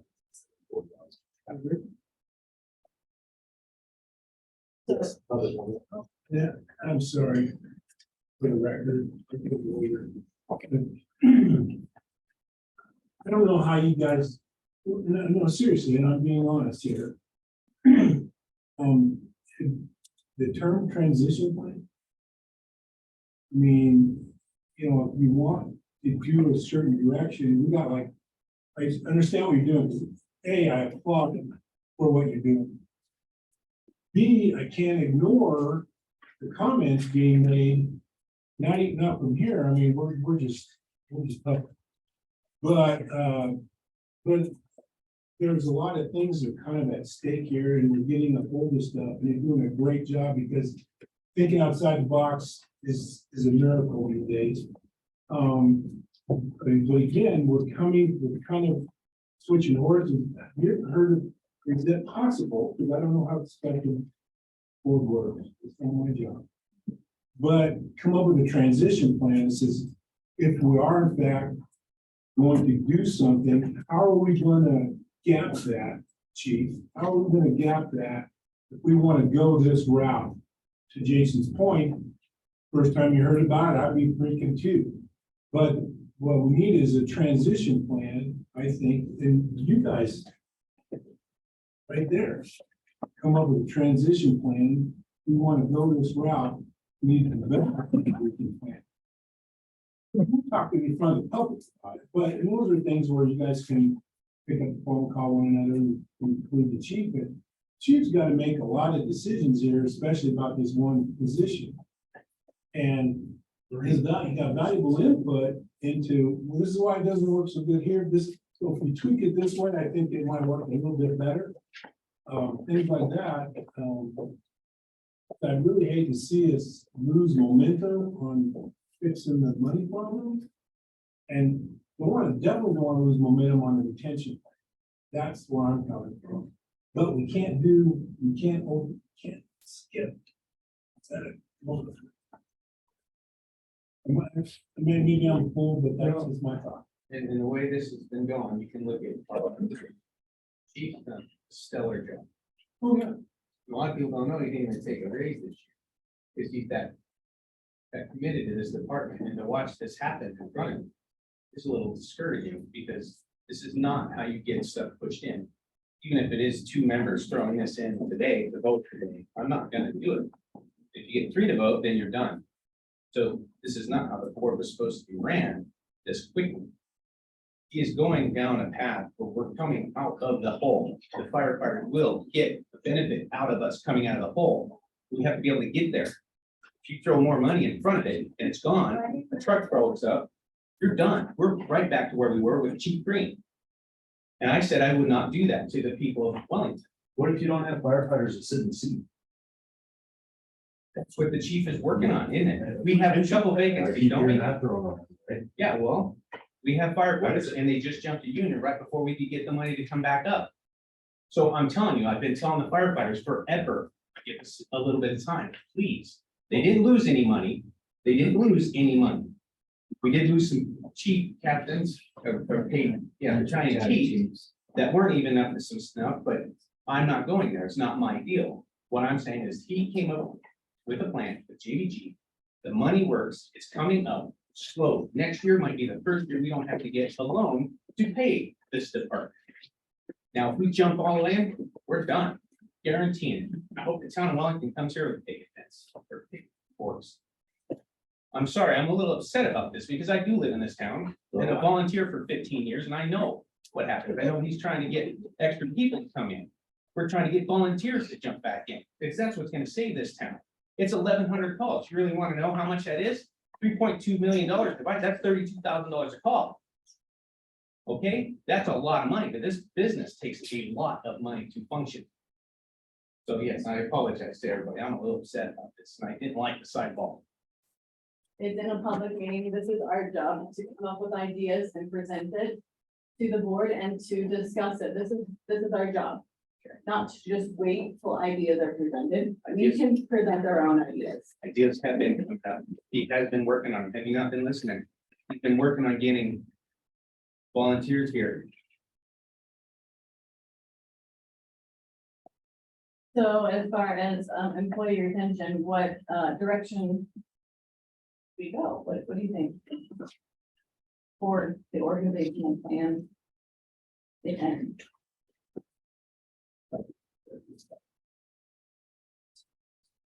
talking just about this position, because the chief wants to add the 40-hour staff captain position. And we're saying instead of that, do 50 captains. That would be 3 of them, correct? That would be good. Okay, so we adding 3 people? So we're promoting 3 people and we're getting away from a 40-hour shift person that is here probably during the higher run times and can help the chief out in that position. Right, the 40-hour staff captain. He wants for stand control. Have these numbers been presented to JVG for this? And we keep them? And And if it's in the budget and that we have right. Meeting. the captain's in the budget. Are they gonna send us something in writing on that? I mean, I just like to see the numbers on a piece of paper in there. Oh, that And man. where we're coming with the money out of it, is it just the 2, the 1 employee that's leaving No, that was- and getting rid of JVG?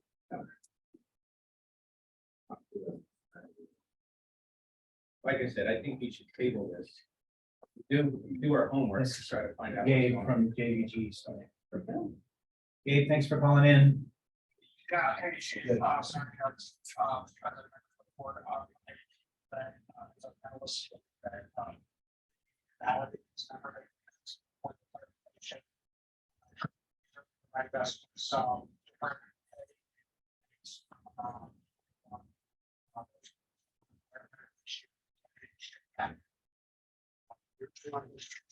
To us, she asked us about, what benefit was in our benefits.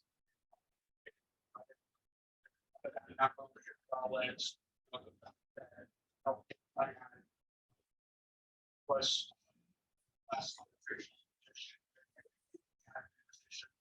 discussed. Was suppression that could have impact on operation service. And this would not cost greater than what was originally projected at over 5 years increase. So not gonna be perfect. Factors, what the impact in terms of coverage. So we have not validated, it's not clear on GBG is not given validation on these numbers. They've been given a silo of information and provided answers to that, but there's been no validation on this. Thank you.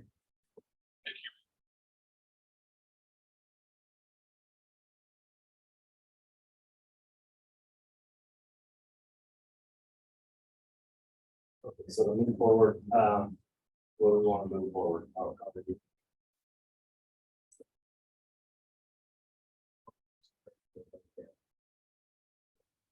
We can,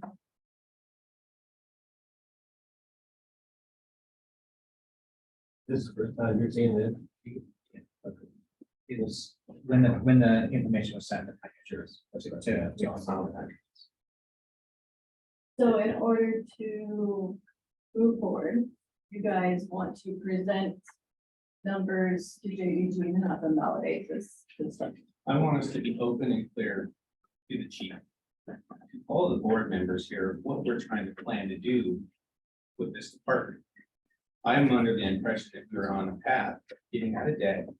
I know it sucks for the firefighters. I apologize for that. They haven't, I know we haven't given big raises, we did do a 3%. And I'm sorry, it's not as much as PFA or Evans or somebody else, we're gonna get there, but if we can't get there. You take all the money before we get there, it'll never get there. If you spend it and something happens, you don't have money. We have more money, it's structured than we do now, because there's one less employee. You're looking at right this second, I'm looking, if anything goes wrong. You gotta have money in the bank. We don't. Exactly. So we're trying to spend the money. I'm trying to save us money. I don't see it. Because I don't have any numbers in front of It's Could you almost- maybe ask the employees? What they think was on the me. How about bring the chief in? No, how about bring the chief into this though, before we start doing this? Do you think you could ask the employees what maybe they think would help with retention and keeping? Yeah, that's what- Different. It's different, I apologize, I thought it was the same thing. No, we do or not. We have a motion. It's not on here to have an employee representative. Well, there's not a motion yet. There's no motion. Oh, is that my mistake? Okay, You have a comment, like to comment? Yeah, so in meeting with, getting feedback from a lot of the employees. And I'm sorry, I didn't have a specific answer to this, so I'm gathering my thoughts while I'm babbling, so I apologize. In meeting with all the employees, it was not brought to a vote, however, in meeting with all the employees discussing moving forward with a organizational work chart that's currently in the packet to include shift captains. All the employees were in favor of that. I'm sorry, all the employees were in favor of that. There were some variations here and there, but the vast majority were in favor of that as an option to be able to advance their careers.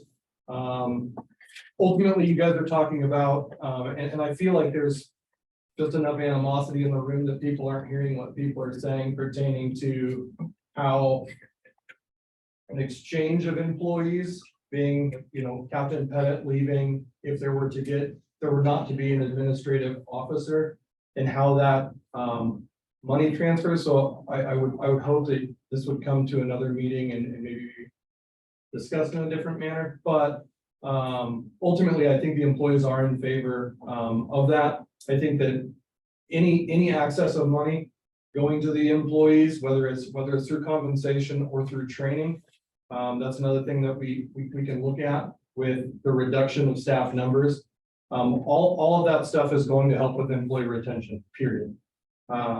Employee retention has been this thing that we've been climbing a hill for quite a while, that not only is it not getting better, tonight we're saying, goodbye to 3 more staff members. So I do appreciate the work you guys are doing, but recognize, I agree with Director Hunter when he says, what happens if we don't have the staff, number one, trained or even here to staff those engines?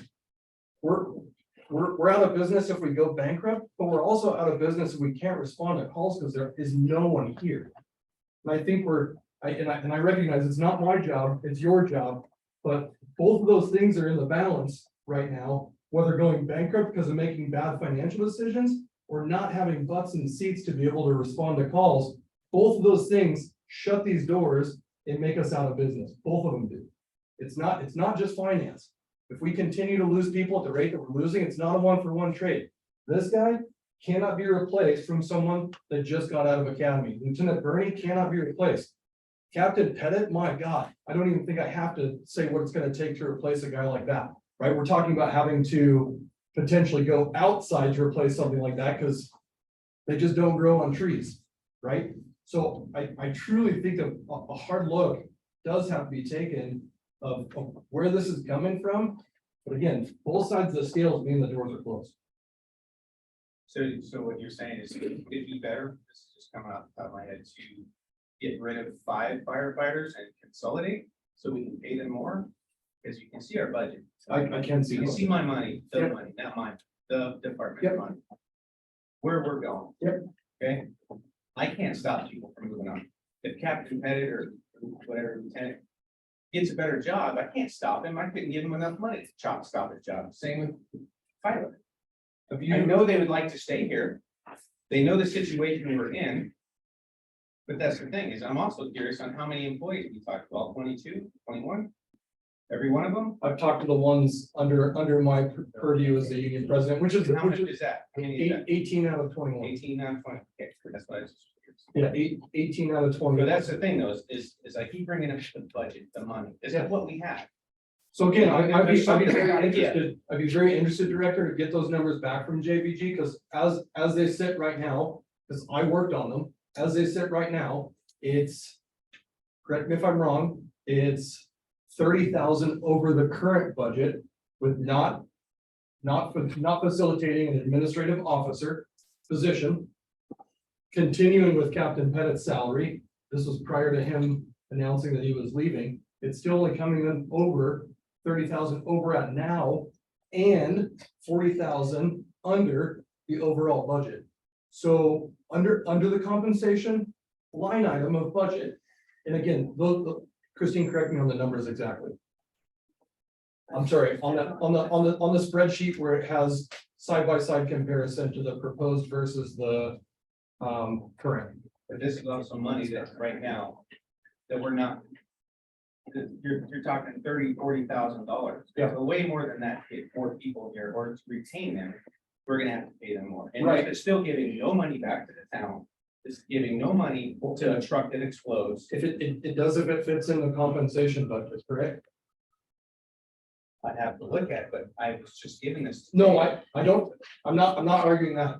I'm not arguing that at all. I'm saying if it does fit in the budget, I guess I'll ask you a question as a director. If it does fit in the budget, are you in support of it?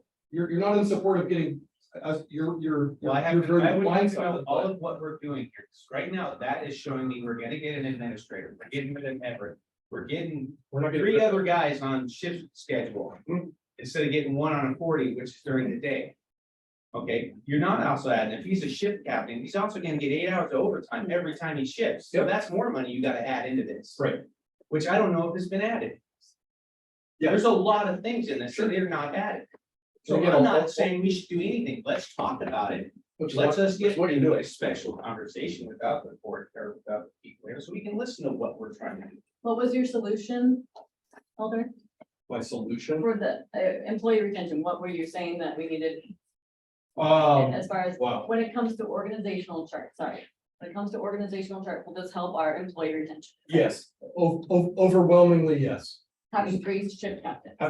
Having 3 shift captains in the organizational chart, making sense to where this is who you report to, this is their responsibility. They oversee these people, opportunity for the current lieutenants to bump up to a captain position if they meet the qualifications.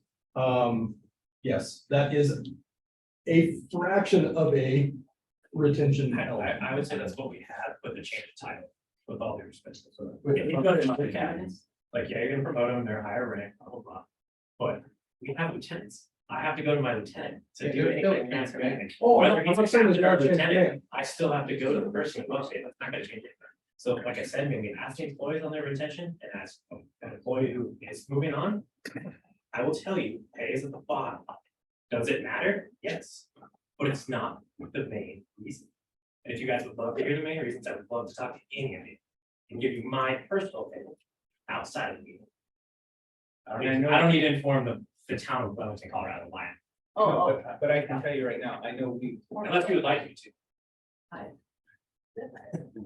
I know we've talked about this and this is what something Okay, else. we can do it. It'd be a long time. What I'm saying is I know part of the retention is training, and I know once we get some money back in the account, which we are doing right now.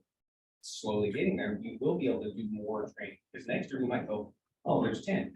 Let's do $20,000 for the training, or 40, maybe if you do such a good job this year, we can get to that great spot. But I really don't want to jump into somebody else's part without trying to figure ours out first, and I think we are on a path of doing it. But this isn't getting us anywhere with me telling you what I think, so. So how do we want to move forward? Yes. Roll for but, Public has said, come up with a transition plan for this. but in the But meantime. obviously, this is important. JDD. Our exact number is for. The director here, that's it. But, we want, motion and stuff like that, so, to hold up on that, so. But we're gonna stop something that has been budgeted already.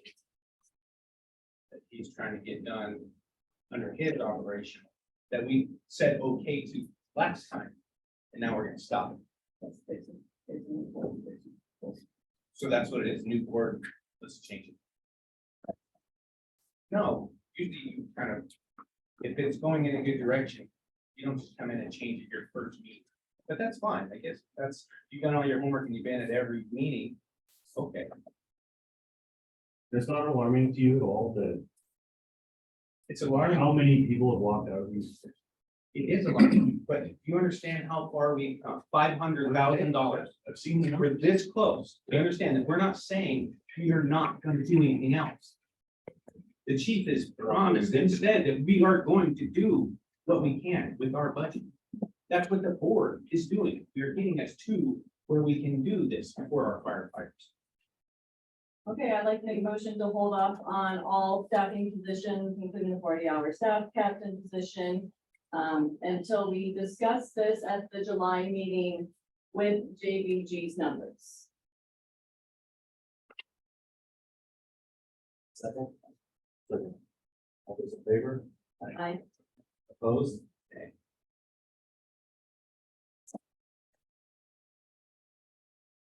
I'm gonna need a little clarification. So we have staff vacancies that we need to recruit for. This item on here that you put on the agenda, so I think I'm gonna go with our current job descriptions that we have in place through before.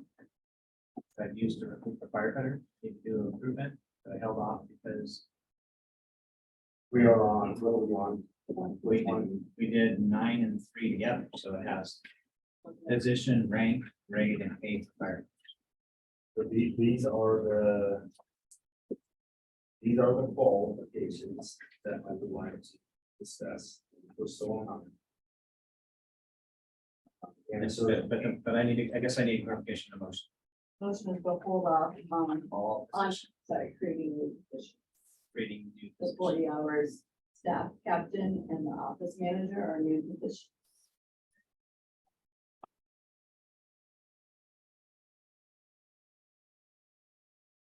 Not trying to do anything to restrict filling the vacancies.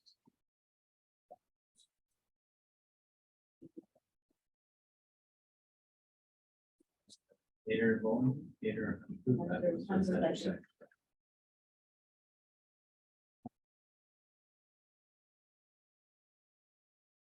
Did you roll calls? There's 4 to 1 for, that was the day. For the 40%, 40 hours.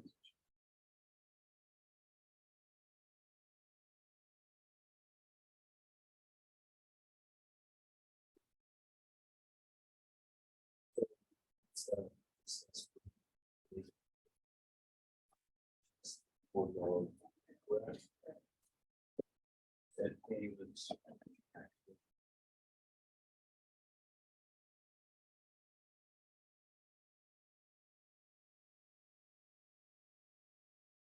I have a presentation on um, qualifications for always.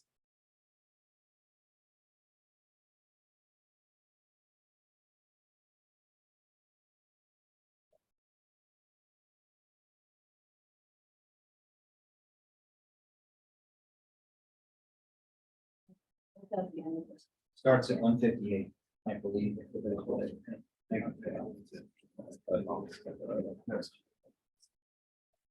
You guys already do your bylaws? We're on number 3, so. That's okay. Can I get my points on it out of order?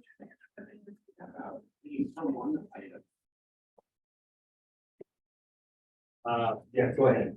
Okay, on your bylaws, and thank you, I appreciate that. I have a training on how I'm interviewing at in 7 o'clock, so. You're talking about doing a finance committee, or you're suggesting, you're having a discussion, so I would. Since I pay a lot of attention to what goes on in the town, which has a finance committee, I would only suggest for the. Transparency with all the issues that have gone on, once again, instilling trust in the town.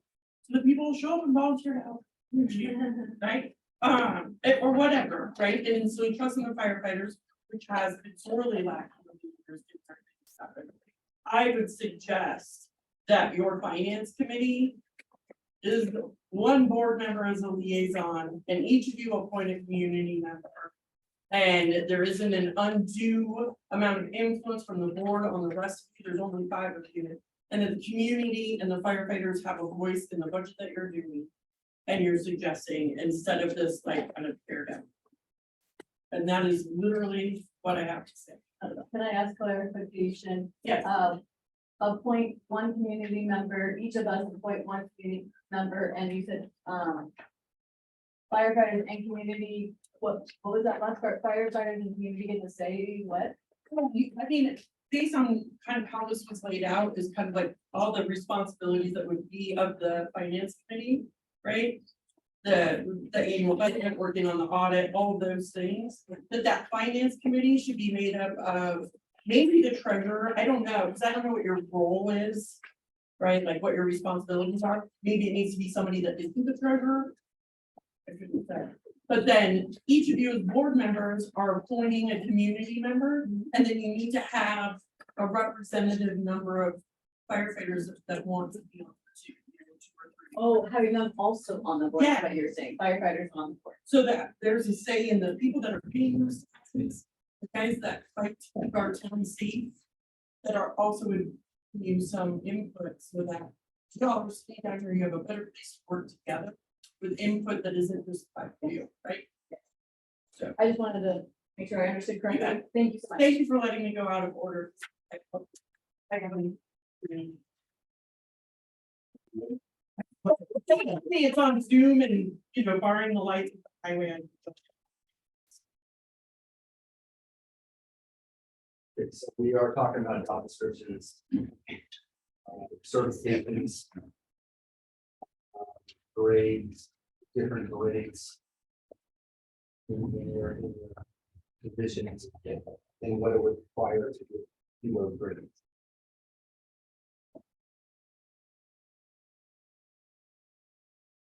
Also, positions. I would like to adopt.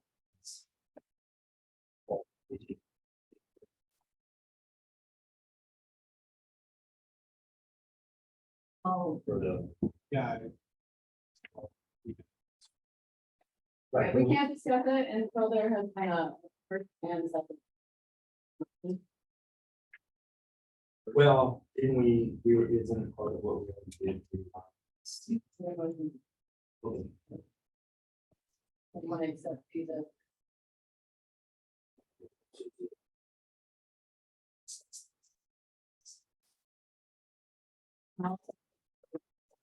Once I look at it down to this side. And this I look. The motion is to discuss, we want to make a motion second to discuss. We're not implementing it. Correct. Motion for discussion item. We don't need another video discussion. We're discussing. Well, we're wanting to implement stuff. Do you see any? So there, let's figure out, we just sort it out. Are we gonna do the motion, are we gonna just do that discussion item? We don't need much to say, we have a bunch to second. To discuss, we're gonna need a motion for discussion. Motion. Action item? Or do we just want to open for discussion? I would like to open for a second. Okay, So the, it's listed as second, so we can discuss. yeah, none of these were in place. Started at 150. Move 272 then, correct, we're talking about page 158, 17.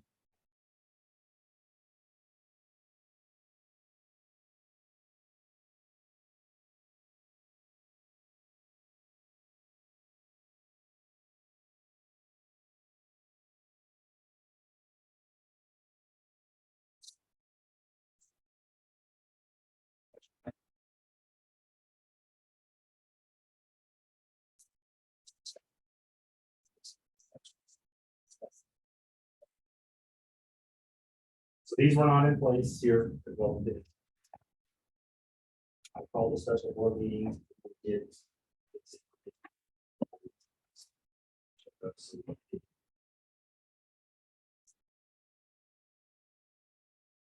These were not in place, like I said.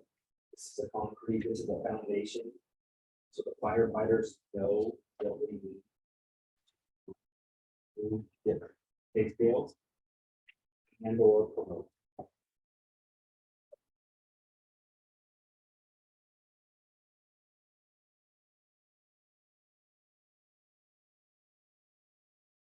Saying this version is not, was not. Is that correct?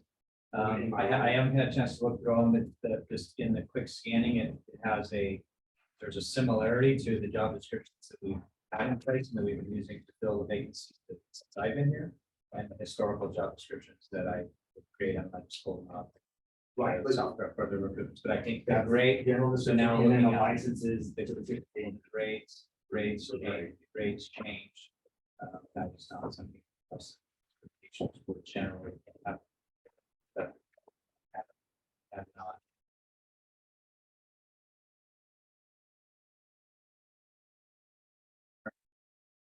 Do what?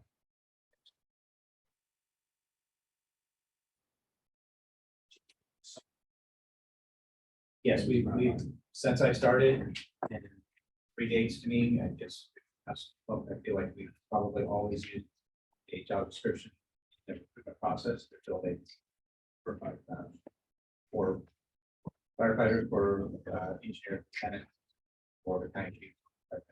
But certifications would be included in job. Yes, so I was in your yeah, so there's general description, essential job functions, all these side. Right.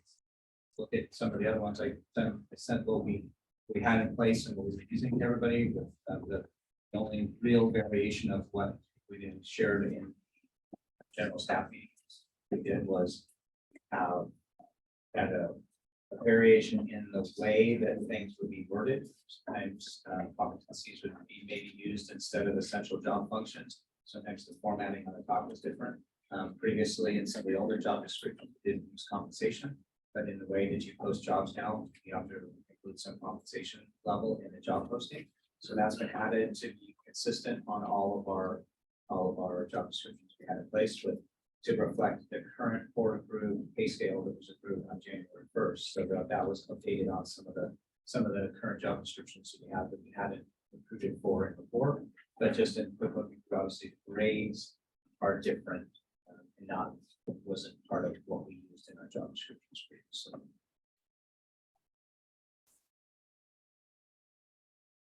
Title essential physical skills, but those type of things are included within those. Generally, there's also some type of statement in most of those that if talk about job descriptions don't constitute an employment agreement. That kind of thing. So.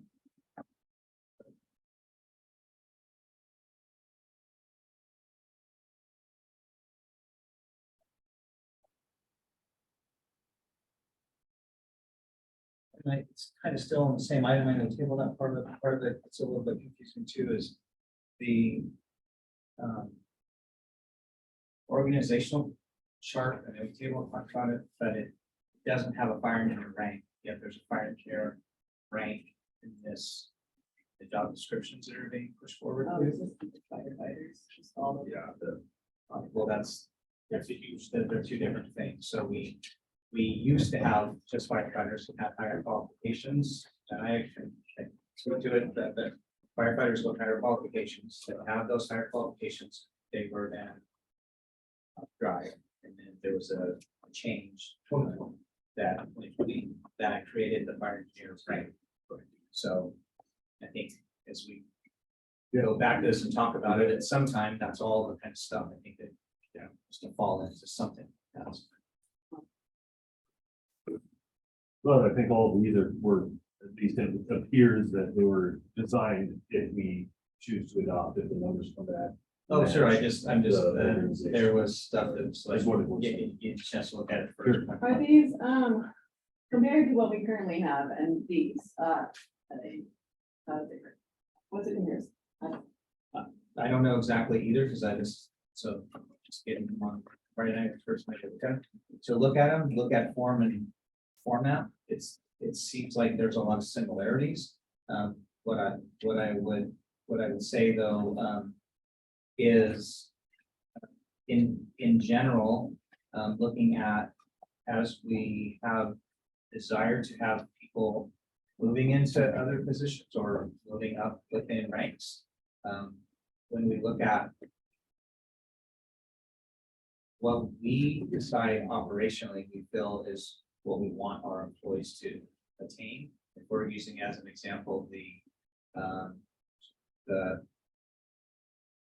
minimum qualifications, hiring somebody with a firefighter 1 and a hazmat awareness and their S-130 and those type of things as minimum qualifications, but we have we put no additional requirements on them, then the base level certification for a firefighter to get to firefighter 2, which is still kind of the base level certification of NFPA 1001 for a big professional firefighter. That's pretty much the standard around the else to say that you only have to do it if you want to move up in grade versus the operational. Well, this, yeah, the grade 2, you're gonna move up automatically. That you're those falls for a job for the firefighter. In the firefighter. And I'm just saying, again, I haven't had a chance to look through those, but typically when you see that, there's two parts to it. Is it a requirement for my position? Am I required to do this in my position, or is it an option for me to do this in my position? If I want to move up to next grade, does that makes sense? Yeah, the grade would be an option. Okay, Like grade 3 or grade 1. Okay. That's you come in and minimal falls yes. as a firefighter, you're gonna get that year experience, and you get your firefighters who essentially. Like, if you want to, I mean, I haven't been able to dive on, but that's part of the first thing we've got is, okay, great, so. Do they not get their firefighters who go automatically a year after probation with the hours? No, they have to study for it, they have to actually take the written test, and they have to pass the JPR. So then, yeah. So it would be, you would ideally, and as a desire for providing for that and making sure and do that is us providing all the materials to do that, but have that part of their job description and part of their hiring to say that at a certain time, you must do this. Right. So, I mean, if you tie it into grades and do that, but I just, again, I haven't had a chance to, it's a lot of front pages since you go through them and compare to what we're doing, but that's part of the, that would be, I think, part of the desire to do that. So I think there was probably an innate desire for folks to want to do that, to increase in their position to do that. But if it's depending on how low we want to set the bar at grade, I don't want to say the right direction, grade 3. And if in a bad way to set the bar there, but if that's how we set the bar and there's no other tie that says you must do this as part of your job description, like you will get, if that's how this tied in, then that's it's an issue. You must achieve these grades, or you, as we are always at-will employees, then there's some type of corrective action to take if you don't meet that. Or we decided that what level is, where can a firefighter stop? What can they decide that I don't want to do? Well, these grades would be also. No, there's a benefit for getting more pay, so you might do that, right? So that's typically how that is. And you reach the next grade. Right? But I think that's part of an understanding. I think that is part of one of the challenges that discussed here. This is, again, we're an organization that's about 6 years old, or about that, for paid staff. So we don't have a long history of paid staff. That how somebody that comes in the beginning, is firefighters, what I want to be, lieutenant, what do I have to do? What if I want to be a firefighter for 5 years? I'm happy. Bigger organizations that make career firefighters in 27 years, and they wanted to turn around front seat. But that there's an allowance in the job description that allows them to do that versus and so how that all gets embedded into this, how we credit that's just Good. So you will, you guys have the information, we're gonna look it over and we'll. First question, how is this different? Why do you want to change it? from what- I just think it's a solid foundation to start with. Gives them something that's attainable. It's not asking too much. It's not asking too little. It's just, it's like I said, it's a foundation to start with. And then from there, we decide we want more stuff. We add more stuff. We want more certs. Should be a solid foundation. Folks come in here. The opportunities.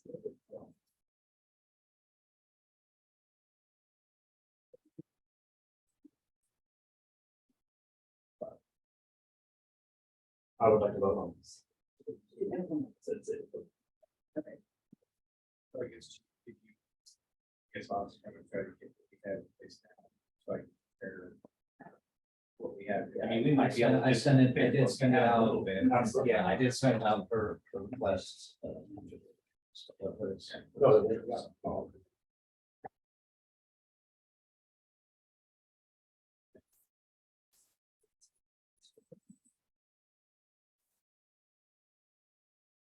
So we are.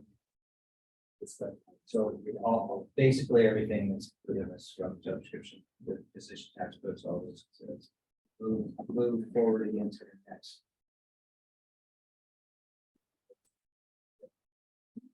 Yes. Okay, so we're on item number 4. Revised.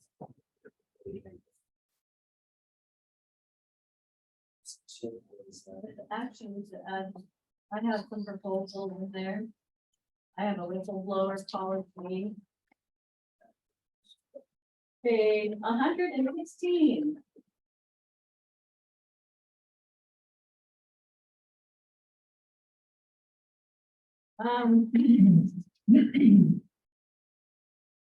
Okay, yeah, so they're, right, so that's where the employee handbook part starts with the draft version, and I'll just take 1 minute. Mr.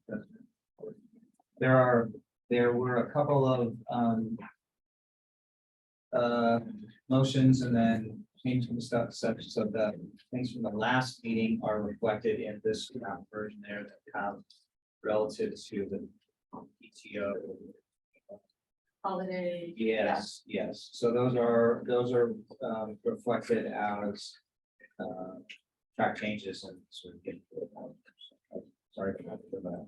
section off there, exactly that's. So 116 has, 16 has the proposed changes, the whistleblower policy, we don't have one, so adding that. But, board contact, changing the wording to all issues you wish to bring to the board's attention must be processed through the chain of command or your local president. The local president may bring any matter before the board of directors. You may also exercise your rights of the citizen to comment on matters of public concern during the public comment. Just adds the local president's way of addressing the board. And then last one is formal problem solving. That is, we only have informal. So this formal problem solving is, let's say, I don't know, there's something that is dispute that you can't resolve informally. Here is the way to do it. It's very written out with a written dispute and who to give it to. sorry, I just realized, Dave, are you still on? I didn't want or need to hang up or miss that. No. Yes. I'm sorry. Do you want, I can hang up if you want and call back or whatever. I think we can have one there. Okay, well, thank you. I'm sorry, but I just realized I saw my phone kind of make a little thing. And then we'll, thanks for hanging in there. We'll get back to you if you need anything else, but appreciate it. Okay, all right, thank you. Nothing on that. Yeah. So was there more than one thing you're talking about? So you got a whistleblower policy, Board contact. and then, so you want to have, I take the president, you need to be able to go straight to the board. That's what I'm hearing. The president, you said president. It's a local president, that's what I said. Okay, so you need person can come to the board. Now, I would say we need to make sure that's clarified, because it's just going to one board member that's, oh. It would have to be all five of us, then you hear whatever the problem there is, I guess, but I would say that would be the whole thing. But that would only be if chain of command is not working. Correct. So I want to emphasize that because he should go to the chief and not come to us every time there's a challenge. Clarification. Yeah, please. And then the third one I was talking about is the formal problem solving. So if there is a dispute that cannot be resolved, there's an official way of going about writing down the disagreement and then who to give it to. It says submit it to chief. But if it's about chief, then you submit it to the board president. There it is. Submit to the board president, and then a 2-member committee of the board will investigate and do interviews. So it's a more formal way of.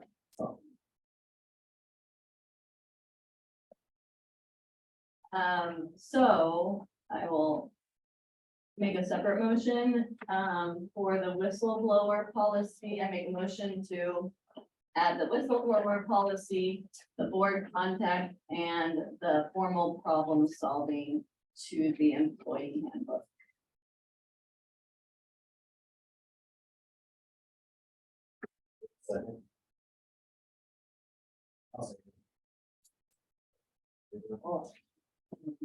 Oh, we're just. Basically, like changes that we want to make, or if you guys like it the way it is. Oh, you guys like it?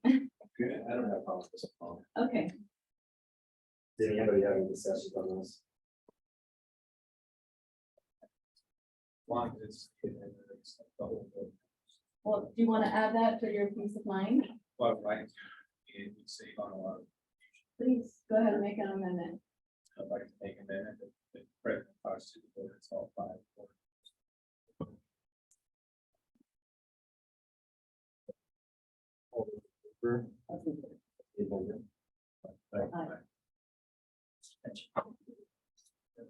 So does it not say the local president may be a matter for the board of directors? As long as it's director or director, It's a record, is that not it?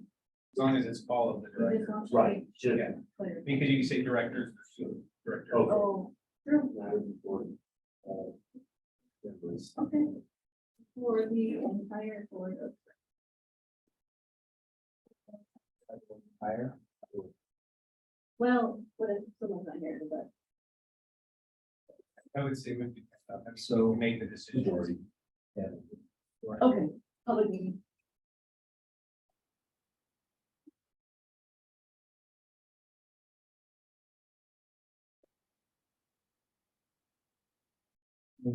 How am I gonna word this? Am I, okay, let's try this a little bit too.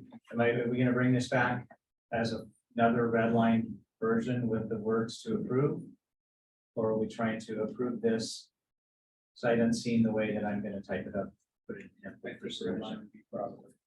So, I'm trying to, so if if we're gonna do it just done, then I need to know the exact wording it's gonna say in this, so we're gonna say the matter before or the entire board. entire board. of directors. Yes. Okay, And then, got it. yes.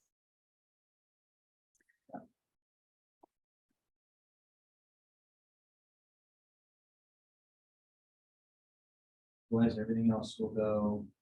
Sorry, we're not done with it, but the way the motion is now, the amendment. Verbatim, the way they are in this section. Okay.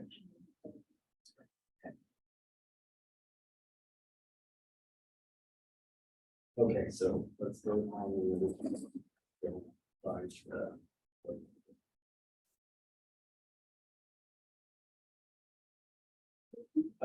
Oh, we already had a second? Yes. Gator, Pearson. Okay. All those in favor, aye? Aye. Opposed?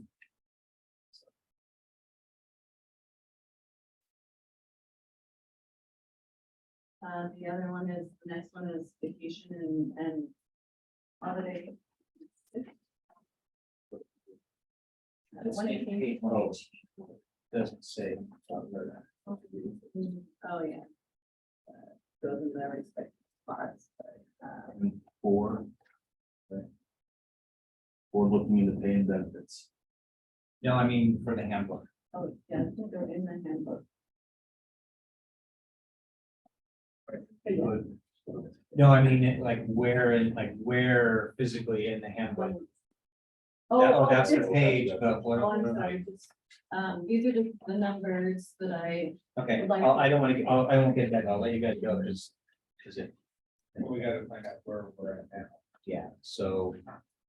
So we're still on, so next on item 4, and it's related. Yeah, it starts at page 118 in the packet. Oh, no, sorry, yeah, I know. sorry, pay is 119.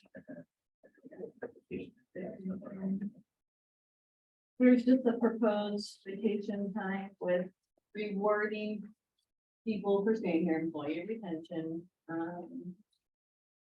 And I did it in even shift numbers so that, you have it, oh, I guess it's not shift, 24 hours, that's not a shift.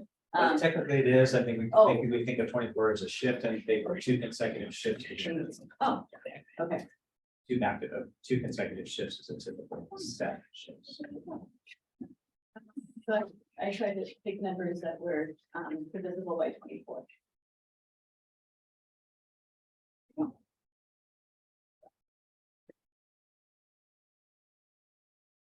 Have these been run by JVG?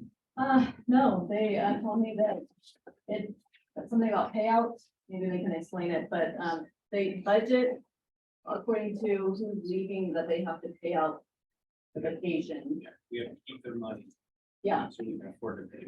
yeah, so I didn't get any, The other factor that we do when we do in factoring, so when Oh, we yeah. utilize, so like the way that we work the budget through to calculate like all of our pay.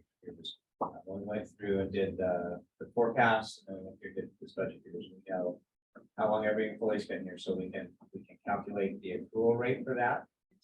But that accrual rate that sets a certain amount of time off, so let's say we have, we have 5 employees that we know are in the 6 to 10 window. Yeah. We then calculated and kind of an average amount of what we would anticipate as overtime to backfill behind those vacancies. Because every hour of time off has an associated backfill cost that goes with that. So we do that, but we also have to calculate that then as an assumption that we're gonna have to hold a certain amount of money or account for a certain amount of money in reserves should that person leave with their vacation pay. And so that's where we see some of those variations in overtime. Sometimes one of the things that makes overtime sometimes the hardest to calculate. But we try to be, I guess, on the opposite, not trying to be conservative, not trying to be, and especially as we look at it the last 2 years, because we don't have any reserves. So we're trying to be as aggressive as we can on thinking, okay, if people are going to be able to get 100 hours of vacation, we're going to use the 100 hours of vacation this year. And we're going to pay 100 hours of time and a half overtime associated with that. But that 100 hours might get paid, or it might also get paid out as a separation. So one of the big things that Evans Fire told us is before they can pay their guys more than like what they're paying them now, they started off with really big vacation and people went to them because they have more vacation than this, but one of the guys was telling us he has 2 months worth of vacation and he loves that. So having that family time, yeah. So if we can't pay the guys more, then I would love to give them the incentive of vacation time, but I'm fine. Let's run it by JPG and see what this looks like. Well, then, yeah, I guess you'd have to We have to back. figure out how many people you have at 2 years, 3 to Exactly. 5, 6 to 10. yes, I don't think we have any. Yeah. for 6 to 10.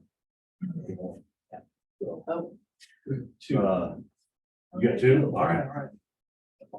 but that's part of the calculation. So when we kind of built the forecasting and for us really when the fences were sharper than they need to be, we tried to factor all that stuff in so that we have to figure out. Getting the end of 2021, that's just like the end of 2022, and for the budget this year to figure out if we have any money for some places. Try to calculate this based off the years of service for everyone. That's what makes it. Trying to calculate that.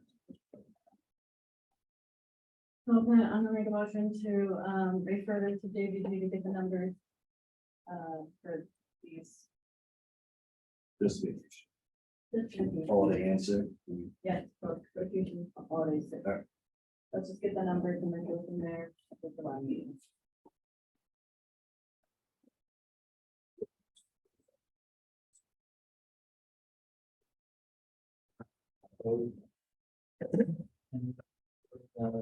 Patient, holiday and sick. Okay.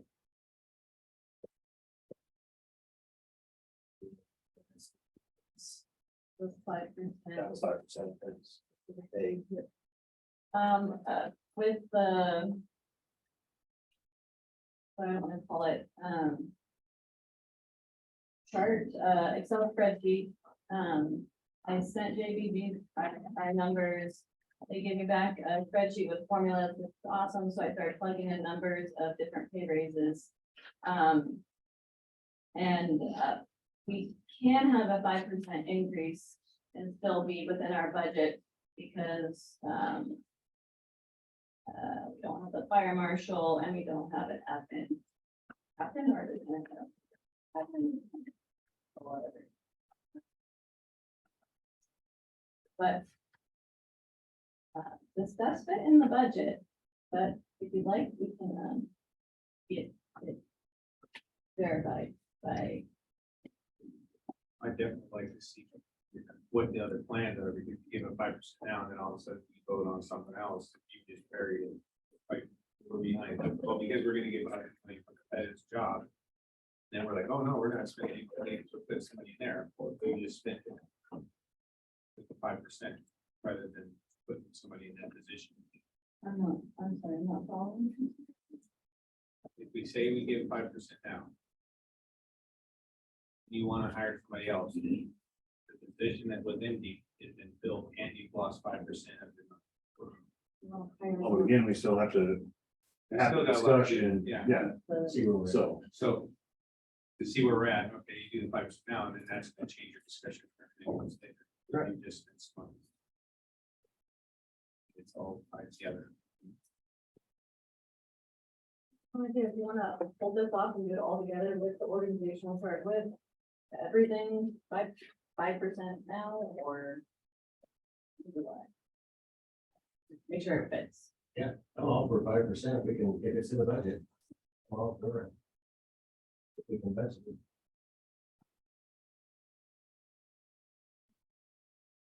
We want them to get JVG's calculations on the 5% increase.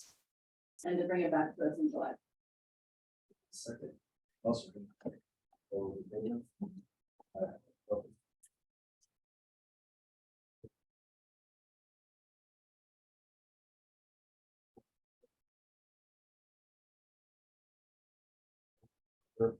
Board, director, bylaws.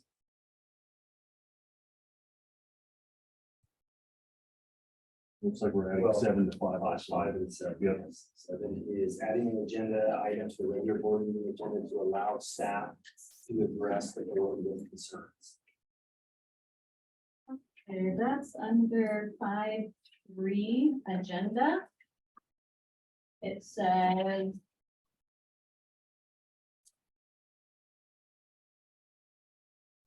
Adding, employee reports, is that it? I remember. Oh, no, it's 4.1, regular meetings of the board shall be held on the third Wednesday. Oddly enough, it says Tuesday, of each month at 4 p.m. at the district board room. A union representative shall have a seat at the table at all regular meetings. Is that? So we're talking about sorry, number 7, is that 7? Okay, so that's changing 4.1 in the bylaws. 4.1, find 4.1. It's on page 134. Oh, the new wording? Yeah. Oh, it's at that back. Oh, good. And 134. Thank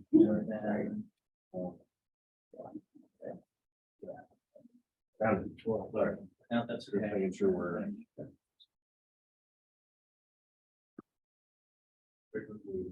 Third Wednesday. that gives JBG more time to finish the reports to get flipped, so it's bringing the third instead of the second. And I think it says, the current one says Tuesday things. So we need to change that anyways, because we meet on Wednesdays. So we can have a, is it more?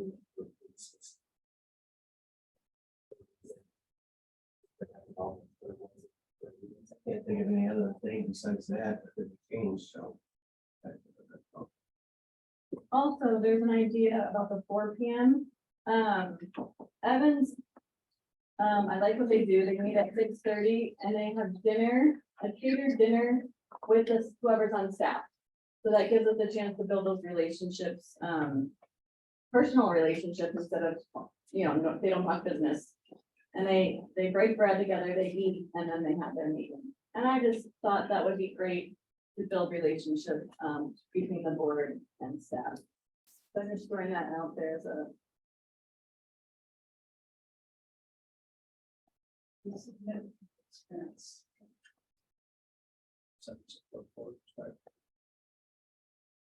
That's a point base. They have a budget line item 4,000 a year.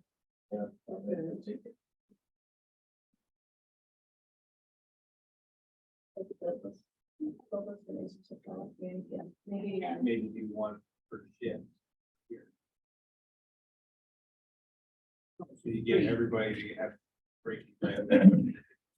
Board members, it's taught freely, whatever. Know their families.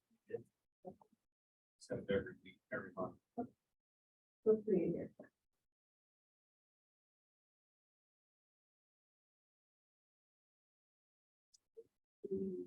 So if we change the time just on those, we leave the time at 4. You don't even have to make this. We can schedule it for us. We don't even have to make it connected to this, or we can make it connected to 1, 2, 3, or whatever, and then we start it, whatever, that's fine.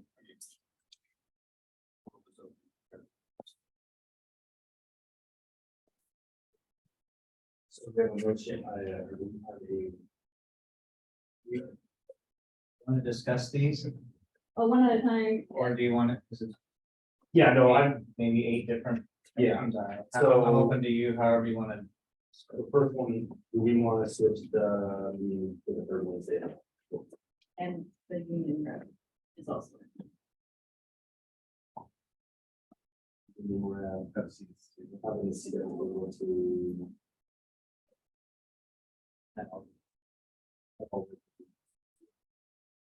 Doesn't say anything more, it just says that.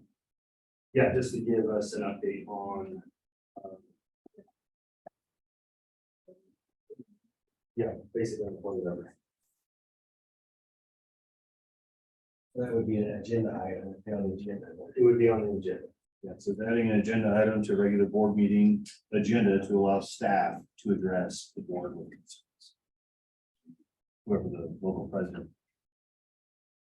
Bring the concerns of the, right? So we're talking about this item, we're talking about this item on the bylaw closed language, so. That's where we hear, if there's any change the wording, I guess is the question. So can you put it right after public comment, you can say employee comment, or that way you can direct it to us? I guess, I mean, there is no spot for, we can open it up for discussion at any time, but I don't know.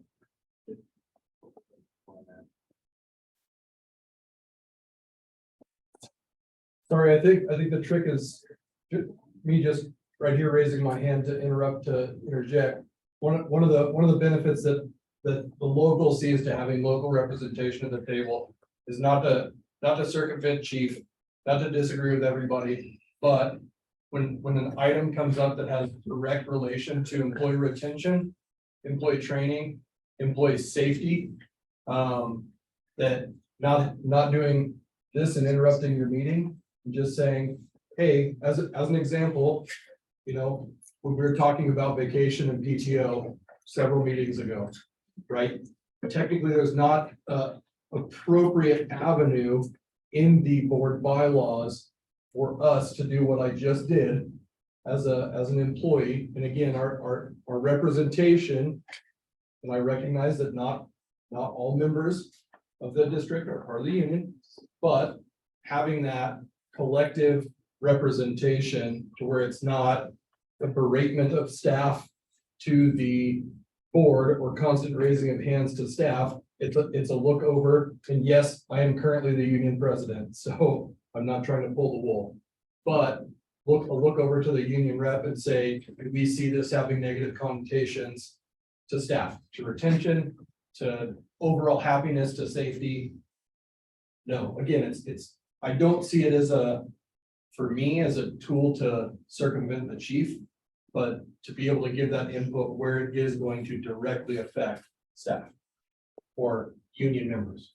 Does the union not talk to the chief? We do. Okay, he would be apprised of what's going on, correct? That is correct. And it's always been brought up. Yeah. the last Yes, time? but again, as the board, you guys make decisions. If the chief doesn't have a vote at your board meetings, correct? So with that being said, if the union foresees a conflict to the members of the local having the ability to say, I believe this will do X. And candidly, there are going to be situations where the local and chief are not on the same page. I desire those things to be in the low 5%, but there are going to be times where the local says, we believe this is negatively going to affect staff or members of the local for these reasons. They don't want us to have good polls. Yeah, actually, not what is being channeled for chief and then the chief brings. So would that be better to put that for all the action items here? If there's an issue, then we have, every time we go to vote, we have to list, don't have to, but we would listen to if there's an issue. But you gotta find out where to place that in. Yeah, I think it would be appropriate to put it in discussions on the motion, right? If there's a motion that could be very simple of, hey, like this has connotations that are going to directly affect staff, safety, employee retention, etc. That falls under a burden. Getting the thoughts before. And I say from a public perspective too, that's really important thing to understand where the employees are coming from. Sometimes that gets lost in translation. You know, what happens here at the board you know, doesn't always reflect what's happening. So it's helpful.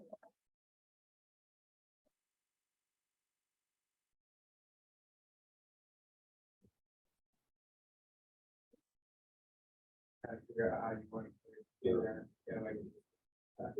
there, like after. No, you just, basically it'd be a seat at the table. and they Be able to have comment during opportunity this to comment, just a comment during discussion. If If we're doing this, it was in that. then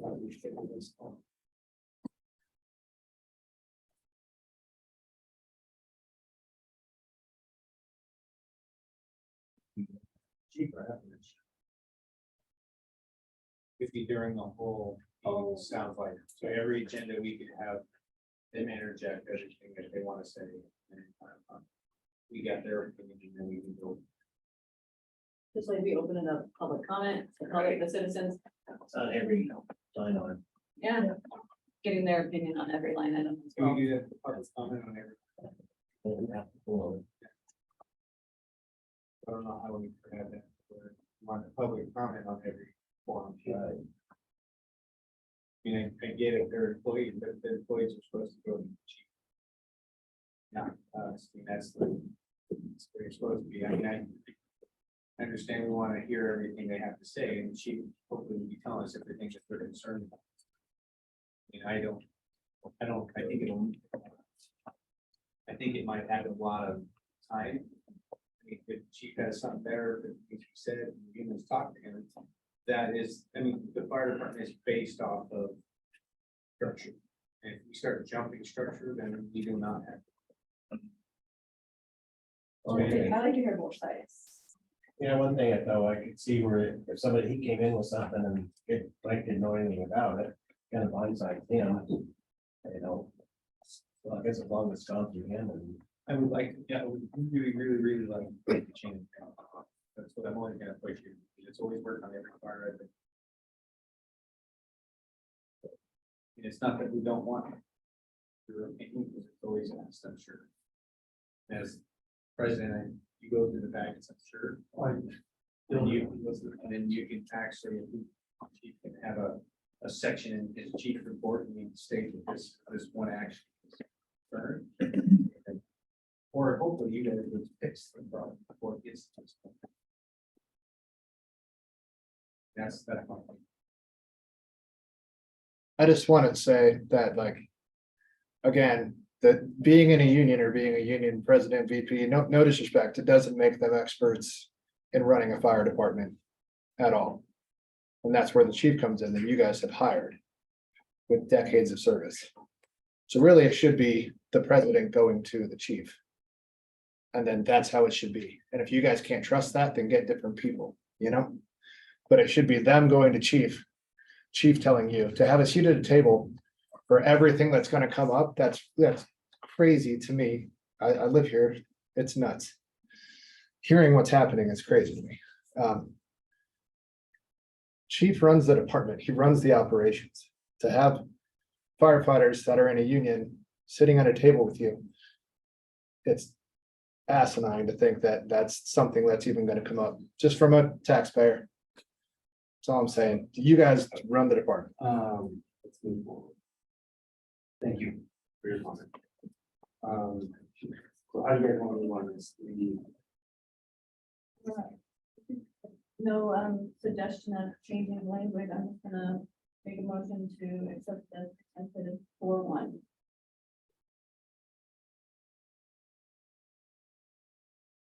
The board is gonna have its. Union, I'm sorry. That isn't going.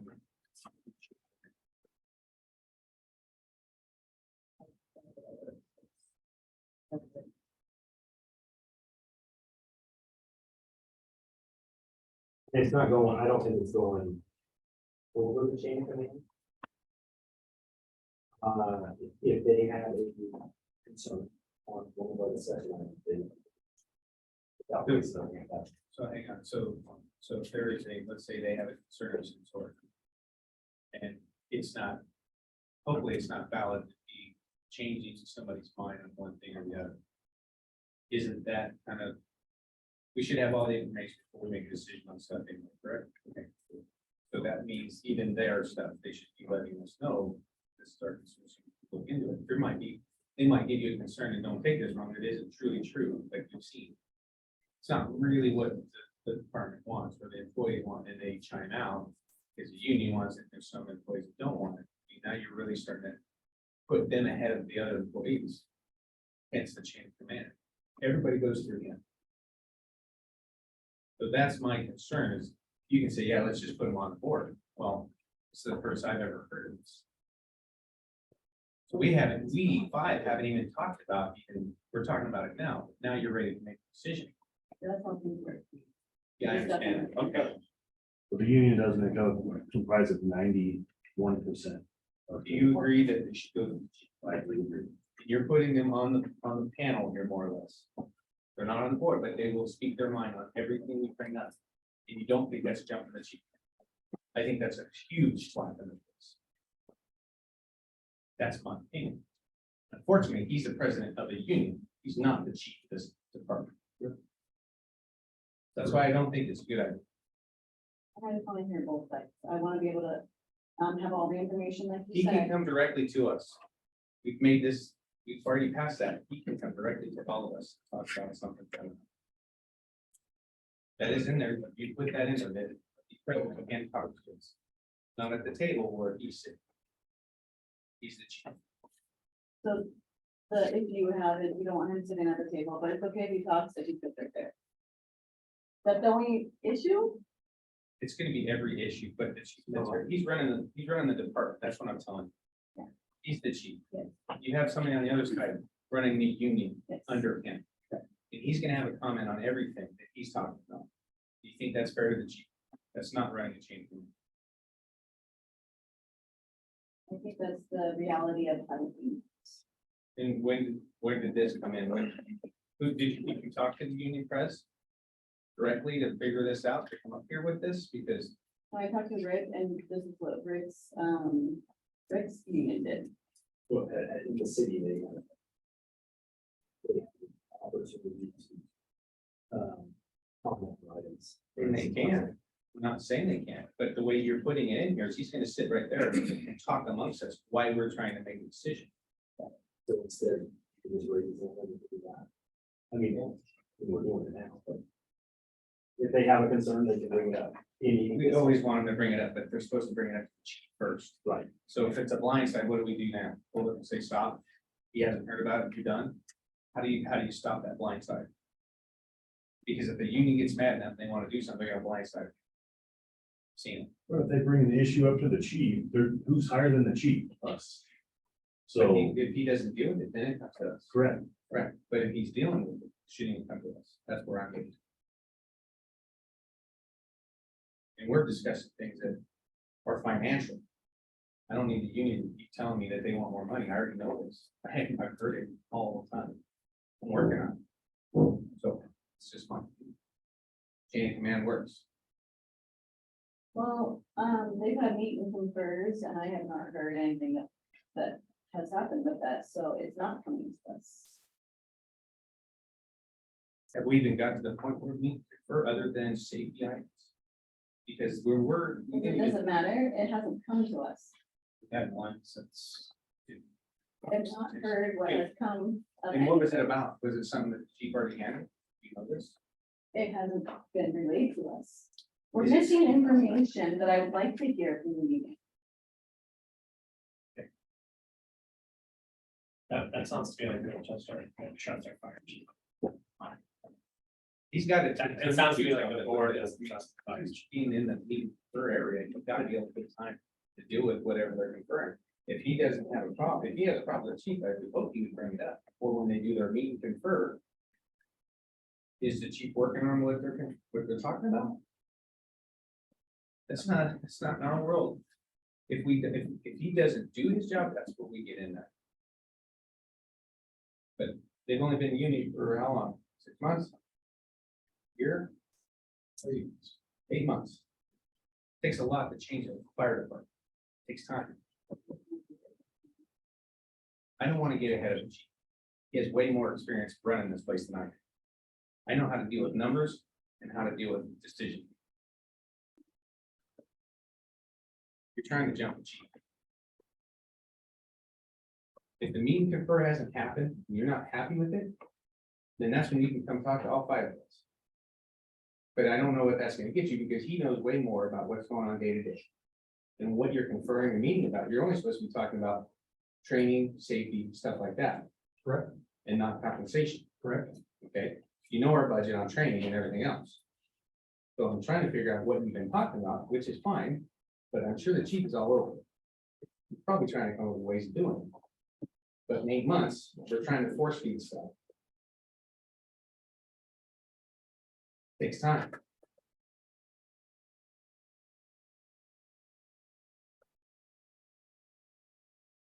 You can vote on it or whatever, I'm just saying I wouldn't do it, because I think it's not good to the chief. Only if he can't handle his problem. Some part of the motion, so I don't know. I don't know if we're gonna pick it up to the second. You have a motion on the floor without a second, but do we, I mean, I'll extend the olive branch if no one else is asking. Chief, do you feel like that circumvents you? Like, and you can choose not to answer. I'm just asking, do you feel like that circumvents you? Because to me, I look at it and say, like, small little minute things come up intermittently as motions are made and changed and amended that do have connotations toward the local, right? And again, like, I can just speak to myself looking at it and saying, you know, and there's no contractual agreement saying that I won't talk about everything, but looking at it and saying those minute little things that do come up, I think it's beneficial to hear the perspective that doesn't, I don't think it circumvents chief to say, hey, like, can this be tabled until we can discuss it and come up with a potentially different plan? Because chief's not the one bringing the board agenda, he's the one printing it out for you, right? And as motions are made and amended, they do have connotations towards staff, toward training, safety, employee retention, that have the potential of being addressed by a local. So, sorry, chief, Yeah, well, I think the short answer is I think I'm in the same, listening to the discussion, there's the same bit of trying to understand what that sentence actually means and how it actually gets implemented. I think that's the gray area to that part of it. I think you brought up, there's a point that changed the bylaws to allow that to happen. There's another agenda item that's kind of doing the same thing that's a future agenda item here about changing the meeting per to add the board member. So I think there's 3 different avenues that you've got in place that are trying to do similar things. And I think it's just a matter of trying to further define what it means. I think this leaves a kind of a gray area of literally, there's nothing in just to throw it, flip at the other side, there's nothing in the board bylaws that says the fire chief has a seat at the table. So just to kind of flip it on the other end, I'm invited by the board to provide comment when the comment comes. It's just a kind of flip it. So that short answer is that it's just how do you, or what does that look like? Per Robert's Rule of Order, the board president has the right to silence anyone's comments at any time for any reason. So, yeah. I don't see how anyone at the table can go overboard with the board president saying, per Robert's Rule of Order, to stop talking.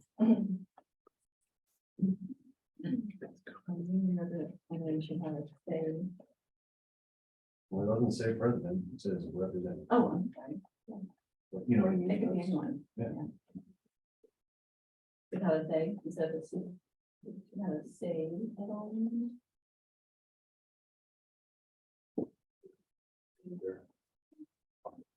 On thing with, Kind of think there are ways, I think public commentary is the way that it not become a union. That's later, adding to agenda items, employee report. Employee reporting. Have a couple different ways to have that in. And how. We can leave it out, and continue to, Just asking for his thoughts. Like the employee to the council brings them.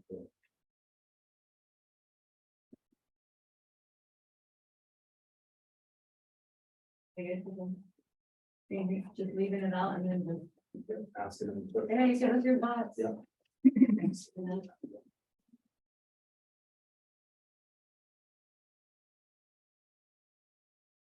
can have, we can add table under the agenda item local. The agenda. Yeah. And any item in there that we'll talk about, and the employees can talk. All right, I make a motion for 4.1 to say everything and striking out a union representative shall have a seat at the table at all.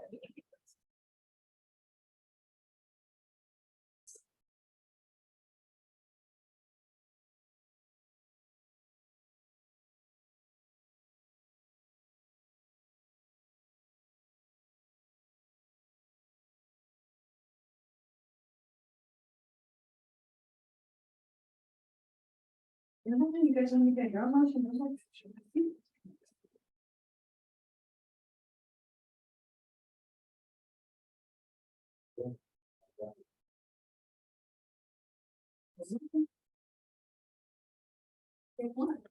I don't know.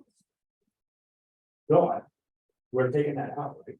You guys aren't taking that out. That's what she made the motion is. So take that out. Take the motion, take the. Take the wording out. Yeah, you said, oh, you need a second. We'll need a second. I'll second. All those in favor, aye. Opposed? Nay.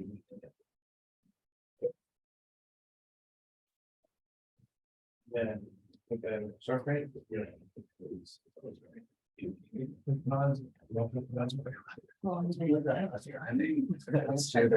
Oh. Use the rest. Oh, Sure, yeah. no, sure, I was just sure.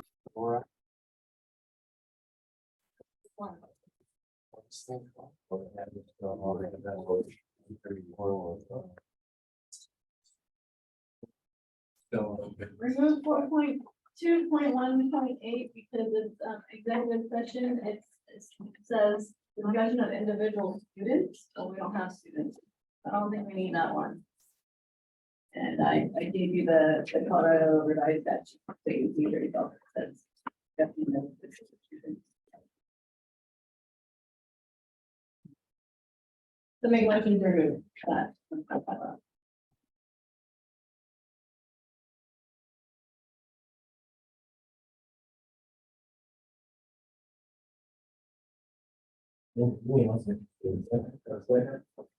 All those in favor? Aye. Aye. Opposed?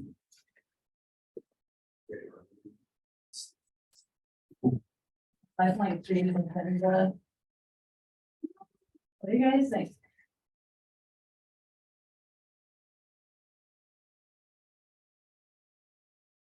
Would be on 130, on page 130. Right.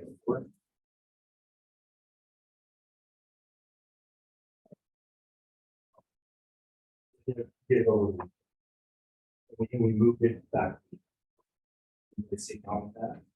Also, council of the president, one board member, and rotating directors, one employee representative. We'll meet before the board meeting to set the agenda for the next.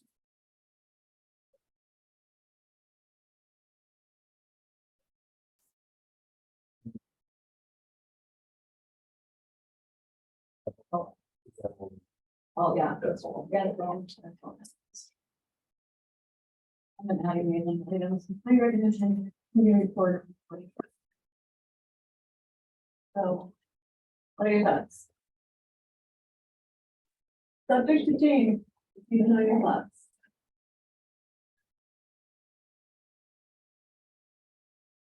Yes, I could be the one, would you be able to, that be a problem for you? It's just a matter of like somehow, coordinating the. So was that like a shall? That wherever you. Oh, it says, you can change it. No, I'm looking. Shall be emailed? No, shall be emailed. Shall meet with. But the meeting, you have, that's something that. All together, any one of those, as long as it has all of them. Yeah, two board members meeting with. One employee representative for scheduling a meeting, that, or just settled.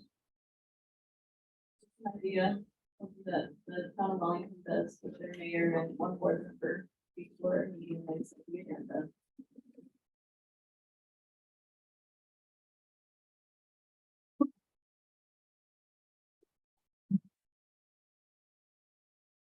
Well, I don't know that you submit motion. I think a motion is made in But I mean, I submitted changed wording, which I will then make into a motion. But if you'd like to call it something else, that's fine. Proposed changes, but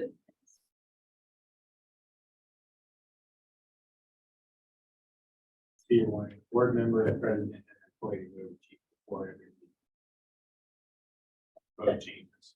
no, to set the agenda, to set what's on the agenda.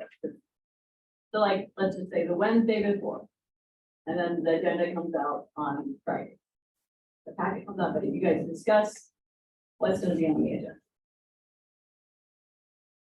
That's my idea, that's what they do with Wellington. I like it. So everyone can be part of the agenda process. So if you don't like it, we can take that part out.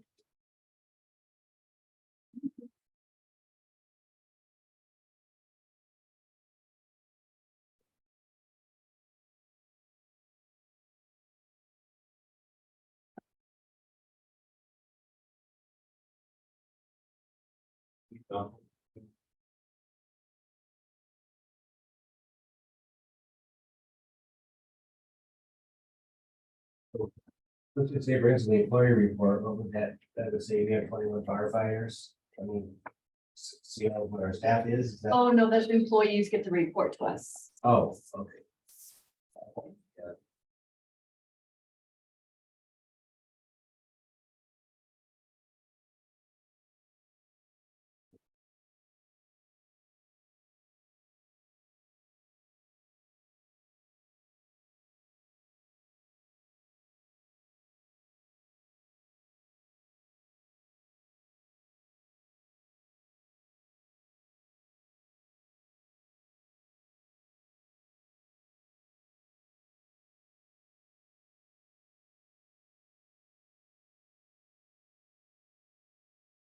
You like what you don't like?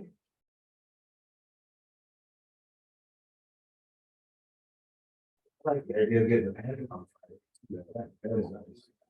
Yeah, if that's possible. And like the meeting with the chief is in a shall, so we're all gonna rotate through and have to, says. you know what I mean, try to swing more time away from, you know what I mean? Hey. I need to keep the chief and chief. Yeah. Employee goes to meeting. President goes to meeting, talks about it. So I don't know what that's meant for us if it's not talked about. So if he writes the agenda, that's what our agenda is. We all come to it knowing what we're talking about.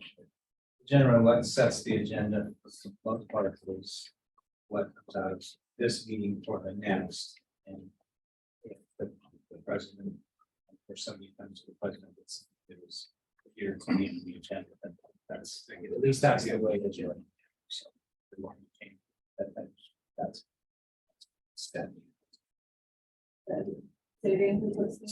So, the direction from the previous meeting sets what the next meeting's agenda will look like. Bylaws right process. So, I should go to the president to come to the meeting. Get that Friday. What about the employee representative? Can we make on the entire agenda? Yeah.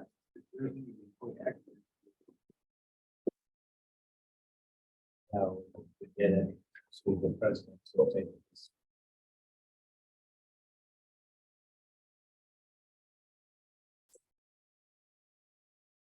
That's the bylaws.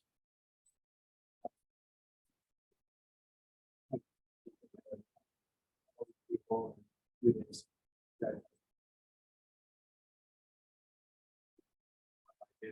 I think there's a problem. People call it. Yeah,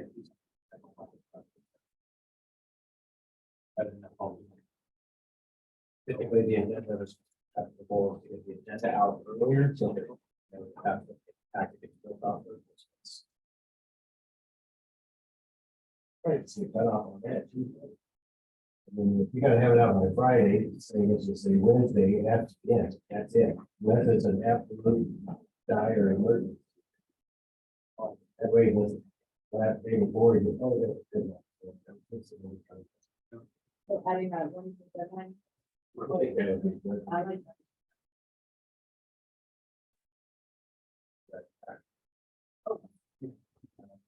If we could write it into the bylaws a month. Yeah, I think it's more sense to me.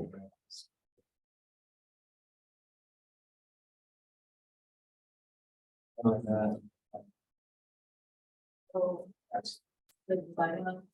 I mean, good.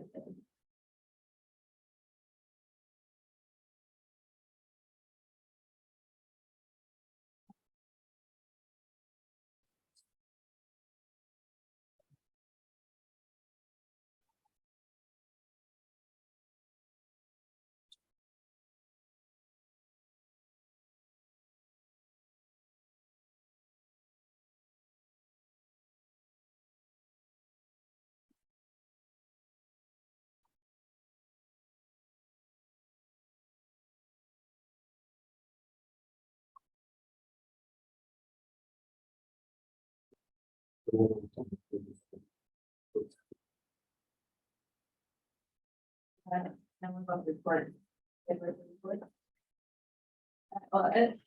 Employee recognition. Definitely.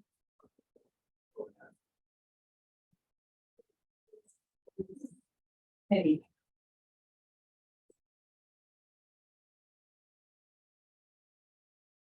Would be after consent agenda before the chief report. What is another where it's just saying about it. It doesn't say where it's that stuff. Well, it doesn't cheap it said.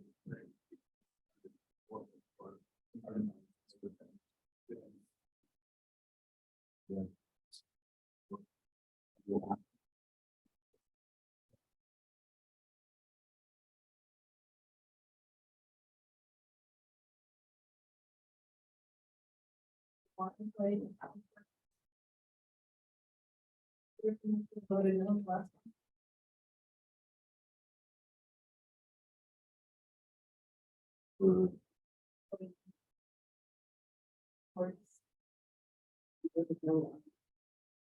I voted no to strike. We want that. Well, and we had a sidebar conversation. You know what I mean? They need to use the chain of command, then they can't be solved at his level. Then We did that last time.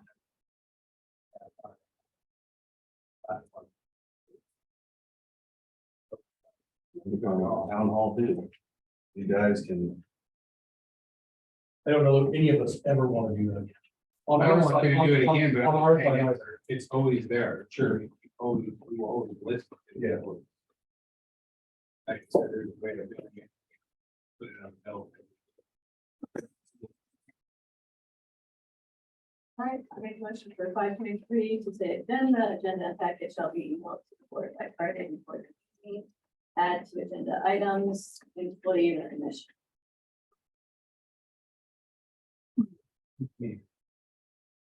Okay, and community recognition. Because your money's. Meetings are longer. Perfect. Okay. Oh, Yep, second line. Opposed? First time.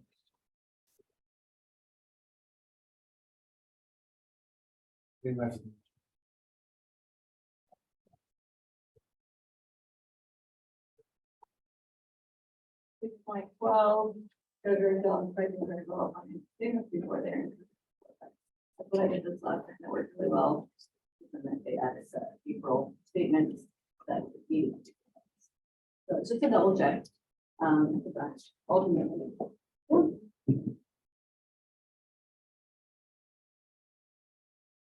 Hey Gabe. I know the next several items on there has kind of financial aspects. But we're limited to this. Okay, thank you. I can see them. Oh, I'll start again.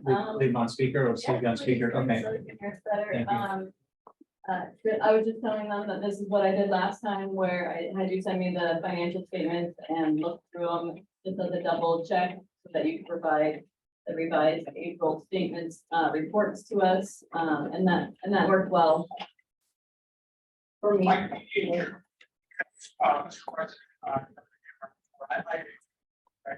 so how the treasurer process that is the role of the treasurer on the board. And I think it's that point treasurer is last at a time. Provide some as this is formed, it kind of tends to give treasurer maybe a little bit more power than it's intended, where it should be owned to function to provide financial. What we want to do is the board did a while back to bring in party oversight. And it changed the bylaws in this instance to allow one member to essentially say what should go into that board packs, go into those financials as an individual board member. So that oversight is just kind of forgotten for think about it. But I agree with him, right, worked out really well in the past. And I would like to keep that going forward back.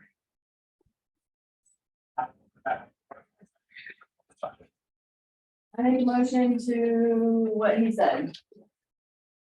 Work with the financial. So no change on the wordings as well. No, No, we're we're gonna gonna get change. three Oh, people. we are. Change to his wording now. That was really The good. treasurer shall.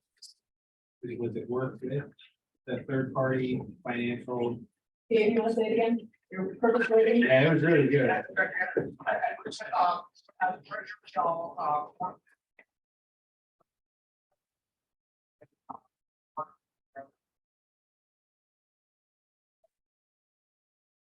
Thank you so much, Dave. What I write is just going off at 20, so thank you so much for making it better. yes. That's also to like. Now. As so, has county knowledge and county background. We want to be careful though, when we develop these bylaws, not to build them for the person, but build them for the whole. And so, they go on somewhere else. The person do not have that background knowledge that you have. And we can actually end up harming ourselves that way by not having, something that works well with everybody at home. Yeah.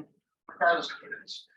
Unfortunately, the Colorado state statute and our bylaws say that the finances solely rest on the treasurer, although you are helping.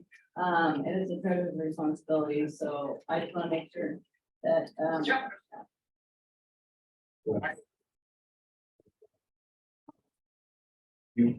We didn't get, I got a great first.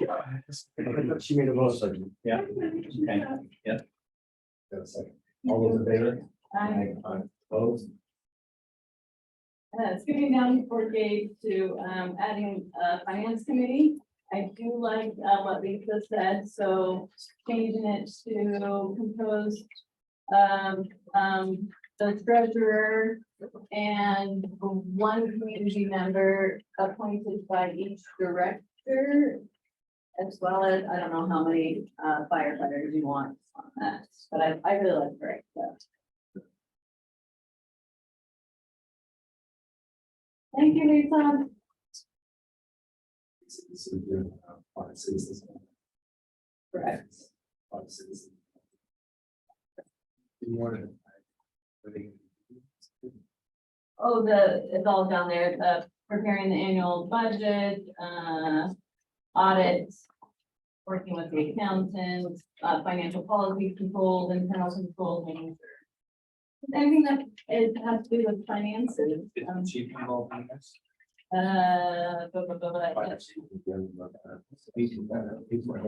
Separate.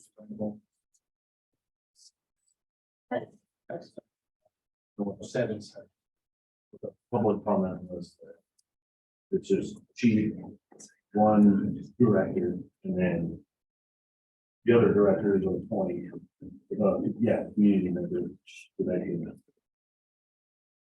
I would say, and then. And by- They gonna come up with a budget then? Are they gonna go out to the recommendation? History of running the budget? Chief. And This is taxpayers. So are they all voting on this? How does this? So- It's just the committee. It's a committee that recommends Oh. to the Trying board. to see where we're Yeah. at with that. Committees. The committees.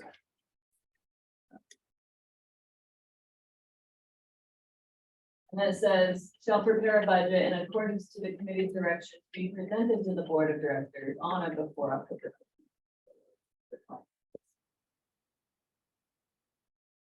So the committee should probably do it earlier. Have it to the board, because the board has to adopt this one. No, they adopted until December 15th. They have to have the first presentation before October 15th. So that, you're good with what the committee would give the board by that. Yeah, I mean, you'll accept what you're looking to accept what the finance committee is giving to the board on October. As opposed to the board having a chance to see it before and then that being the first presentation. We usually get it earlier. No, you're pretty much in October, right? Well, 15 by the minutes time, I just didn't know. But The board wants to see it before because they'll only one. Yeah, so the That's my only the committee's working on it and then we present it to the board. You guys normally only see it October 15th. And so the committee's working on it behind the scenes, taking into account the taxpayers, the employees, the district concerns, taking three concerns, taking into account all those concerns, prepare a budget, present it to you guys. And obviously, we can make amendments. That's it.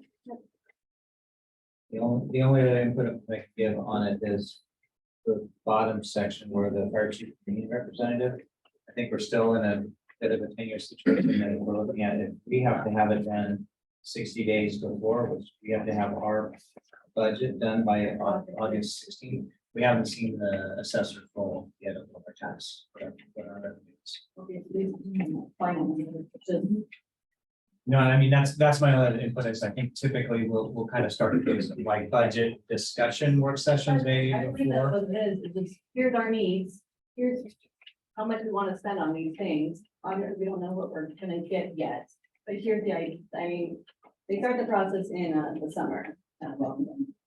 Start the process of the budget, so it's not out of the ordinary to start it. But just by August, what are your needs? And then we have a couple months before October to solidify some suggestions that we want to move forward then to the board. Yes, Mark. Yes. So I could, help on this one a little as well. I work with support that finance. I like the concept of finance committee. It allows a lot of the showing this finance stuff to be addressed at smaller or agile level from a discussion standpoint. And then when it comes to presentation from the board, a lot of times it's Still on, it's not private, it's not private, it's not voting on it. Usually that board member representative on the board. Yes, we're good as the finance. It really helps kind of streamline the process. It's time with the board meeting on a lot of financial decisions. I think some of the layout may kind of again overstep some authority of the fire chief as well as the board as a whole. What I suggest is when I sit down and work together, I kind of outlining the roles of the finance committee. But for today's purposes, so we can move forward on it, is, the board authorized the formation of a finance committee makeup that was discussed today by the public. And then within that, then we can put together kind of what are those roles, responsibilities, what does the finance committee need? To Chief's point on the budget, it's gonna be hard for chief and labor to present a budget before we know what our tax rolls are. And so we can kind of make it fine tune some of those things and then come forward to the board with the board concise. Here are gonna be the roles of the finance committee and how they're gonna benefit the board. That sounds great. I just to let you know, I think I was going off of Berthoud's. I don't remember. I was going off of another finance committee. I think it was Berthoud, so. That sounds great. So I make a motion to form a permanent finance committee composed of the treasurer, one community member appointed by each director. But I wanted to, what he was talking about was, let's come up with a framework for it. That's what I'm doing right now. That's what he said. And I don't know about firefighters, how many wanted a firefighter this county, and firefighters. And that's the framework. The framework is the committee and here's the members.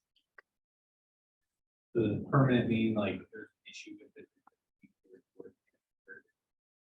That's what I'm trying to Permanent just means it's continuing to stand and work for the board.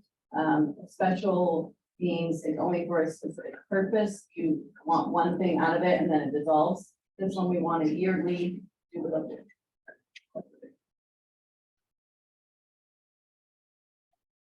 I guess I need clarification on the firefighter piece. We got 5 community members. How many firefighters? We decide that. I would say come up with a role for. Doing a lot of. Number. I'm never even.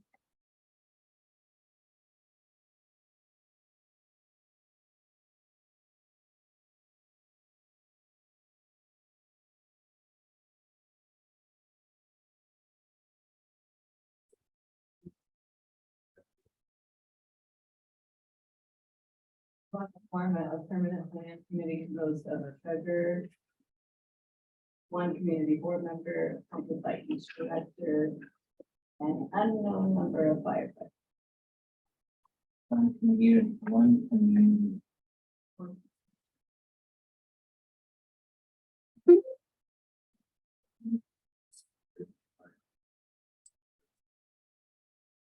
An odd number of firefighters.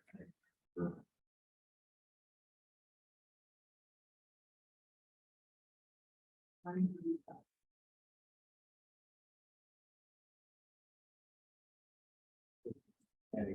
if this is the committee and we're going to. I got budget. Here, Yes. so he's gonna give them the basics, and then you guys will go through it. With the money. I think that's what they're talking about, doing this establishment, committee, but the roles of it's gonna get worked on it. Because he's gonna have to explain certain things that might not be known by the committee, like why he's got so much in this, or like if they move his money, then he's gotta change something. So he was gonna put in for truck repair, and then now that got moved because the committee didn't like it. Yeah, so the committee will probably ask all those questions as to why do you want that amount for that line item, and then we can explain what he needs, the needs of the district. The committee, to the committee. That's fair. That's kind of how it goes, yeah. Yes. They like JBG said, they get into the nitty gritty, which is not everyone's wheelhouse, so that's why it's the community members could be accountants in the community that want to be part of it. So they like to get into the nitty gritty and that's what we get to nerd out on.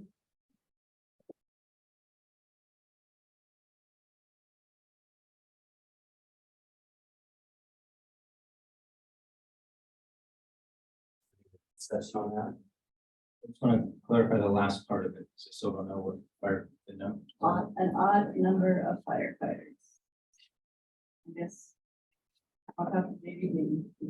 So what happens, the next thing is he's coming, you're gonna have to come up with who's got, y'all can sit here and vote on, okay, we want $20,000 for the training. Okay, get all the employees on there, they want $30,000 of training. Okay, well, where are we getting this? Well, then chief still needs to fix this truck or something. I'm curious on how this is gonna work out.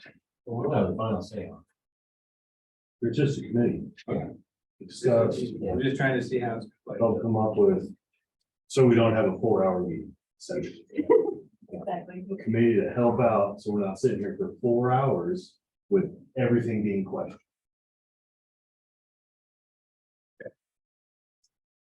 I think it's going pretty smooth, but like, there could be issues.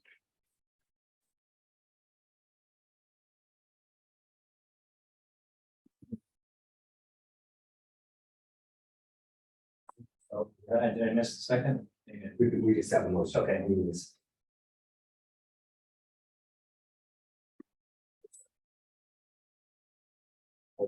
Right.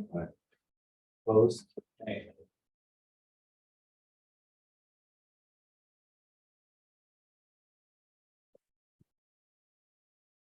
This point, I'm having excessive absenteeism. If any disconvergence, they say that you're only excused. Approved absences include mental and physical disability or illness. But it'd be good to have a delineation as to what is excused versus unexcused. But I like the person. It says unexcused, right? It doesn't really specify anything. Doesn't specify what constitutes.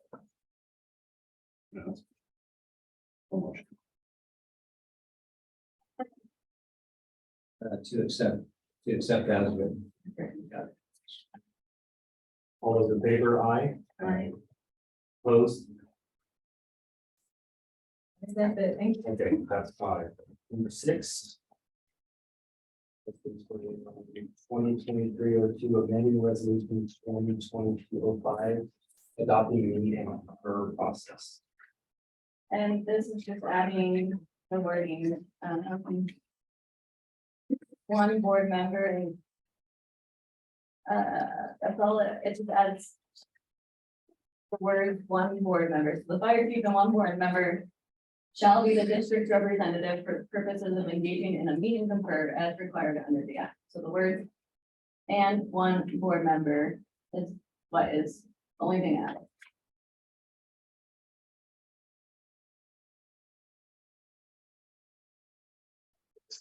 Oh, yes, sorry, thank you about that. I don't know, I don't believe so, thanks. Okay, thank you very much. Have a great night. Yep.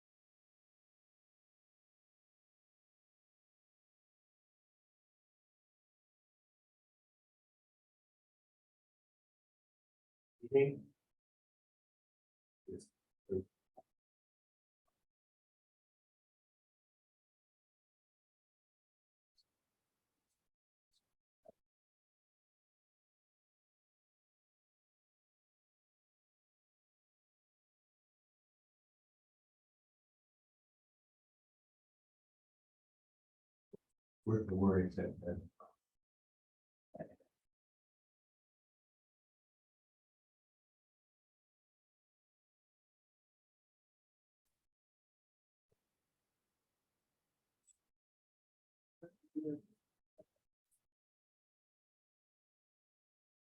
All those in favor? Aye. Opposed?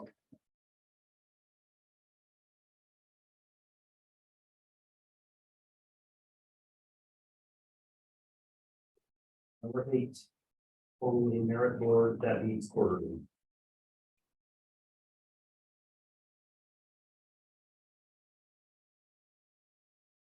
But you starting with idea, but that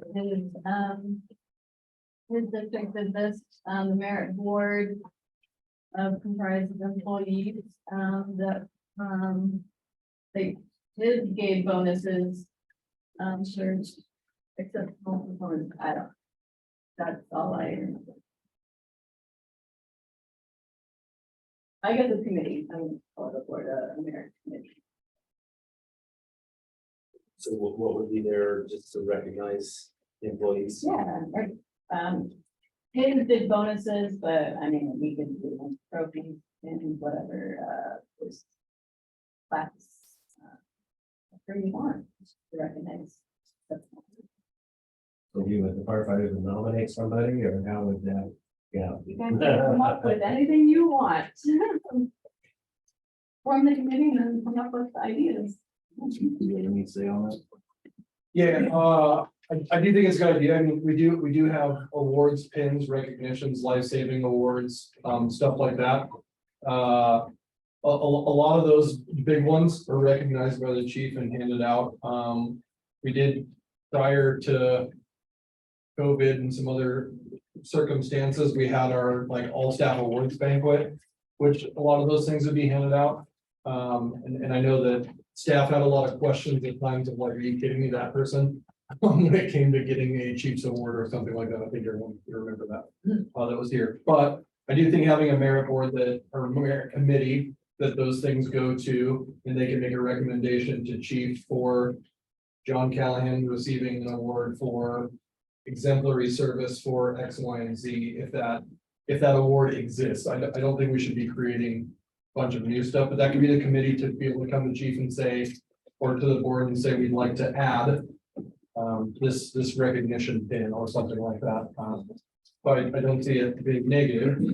And again, I think it's important to recognize exemplary service from staff.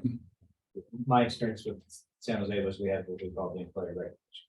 That's the employees that's how things got awarded, was the nominations came to that committee, and we would sit twice a year around to review them all.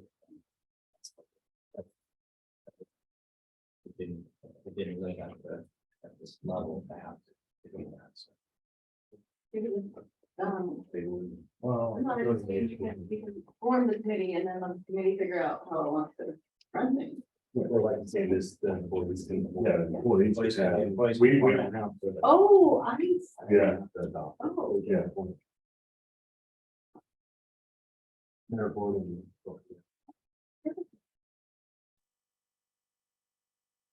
Okay, so. 11, who asks fire chief on the fire chief level? And that was something I just wanted to bring up as far as qualifications. What qualifications do you need to have in fire? Back to the.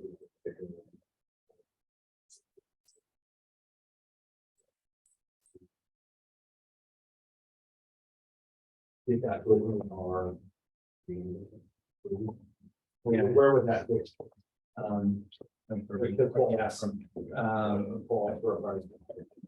Yeah, I think that would be a board decision, I guess, figuring out as far as what do you consider a good choice. Develop the job description for fire chief.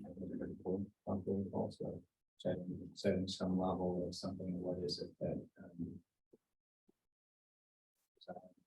acting chief of what was what are the qualifications our lieutenants serve as our commanders, they serve as commanders on the enlistment. So right, what is it for? You're talking about dealing with talking about dealing with incident and level stuff. No, I'm thinking this, or even if you go out At the universities. Yeah. You know, who is a lieutenant able to sit in that seat and perform their own duties? And they have performed duties. No, nobody else here has the same qualifications as the fire chief. Right. We don't have anybody. I would say, phones, that whoever the fire chief delegates to take that position, mine's gone. But I think The there's. highest rated officer, Well, as far as responsibility, I wouldn't know who to be put on your staff who would fit into that if out of an emergency. We do. I mean, I think we had battalion chiefs in the past, we've had a division chief in the past, we've had assistant chief ranks in the past, and I think that's something that should be something to strive for, to say what you have. It'd be hard to put that, right? Yeah. it should- well, you would put calls anyway, Right. right? Yeah, You put calls. I think it's. Right. Because What if we don't have anybody. Depends on what you- Or depending on what. Then- You would have to look for a contactee, with something, right? That's the way it would do it. So what would respond to the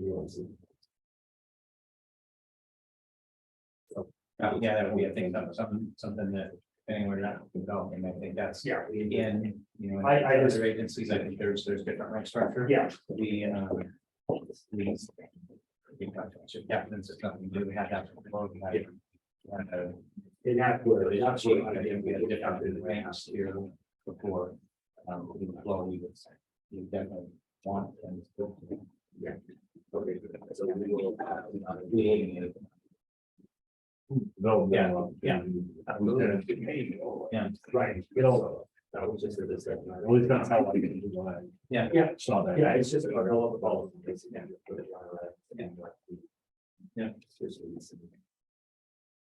Item number 12. Deputy fire marshal.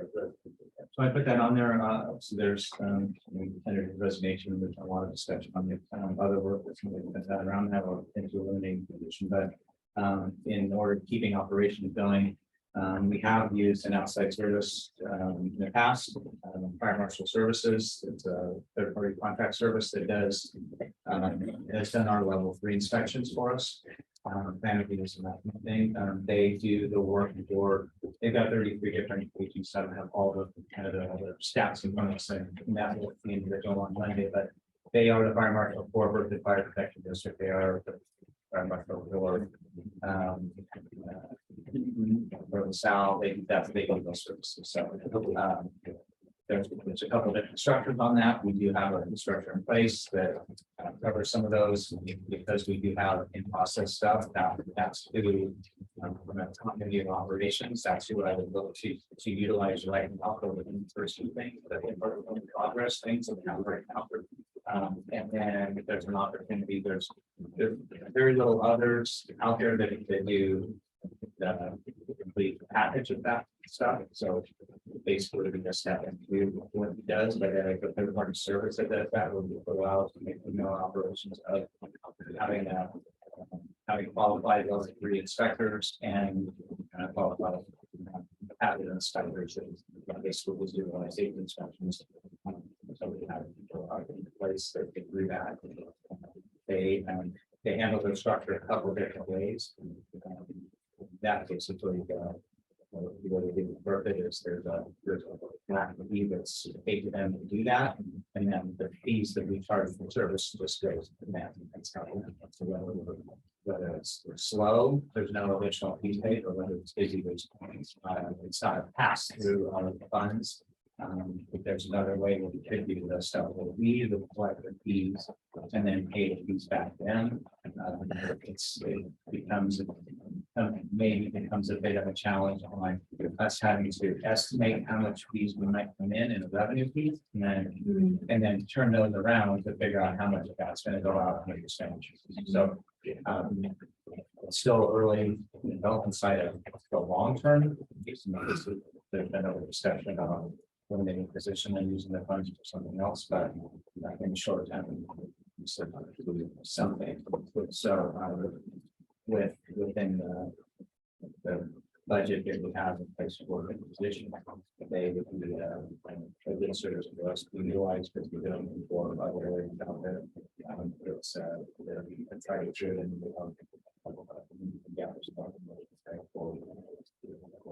that's a long-term solution.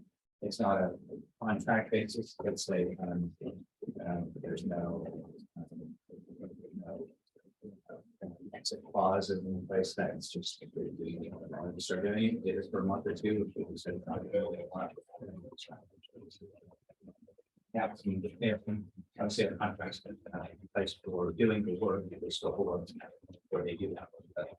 There's no,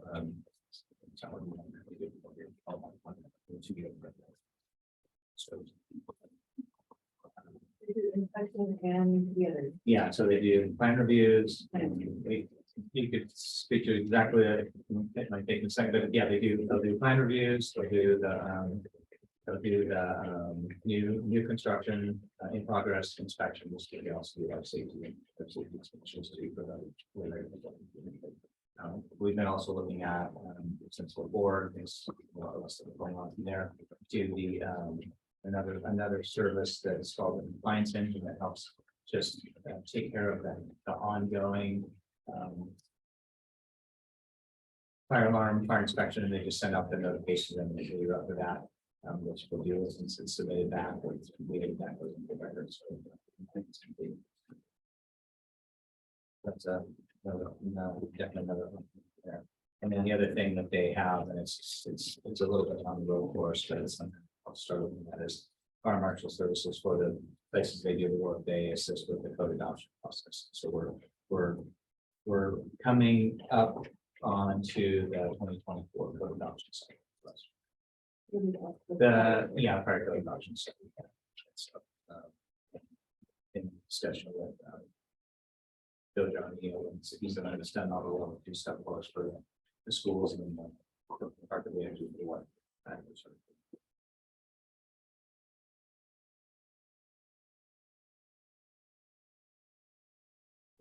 Not just this. Yeah. So you're gonna come back to us with some. Yeah, so we have stuff right now that's in progress. It's done on Friday that we'll look to bridge the gap with them on the short term to be able to utilize them just basically, time and material for services that they have to do. That's covered already under our permit fees and application fees. So, and then there might be a little bit of additional fees that we have to go over the top of that would otherwise been. But it's really just as so those going forward and from a long term. So that's something that's for the board to really do from a long.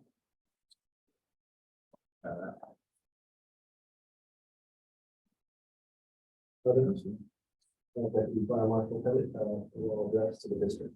Sure.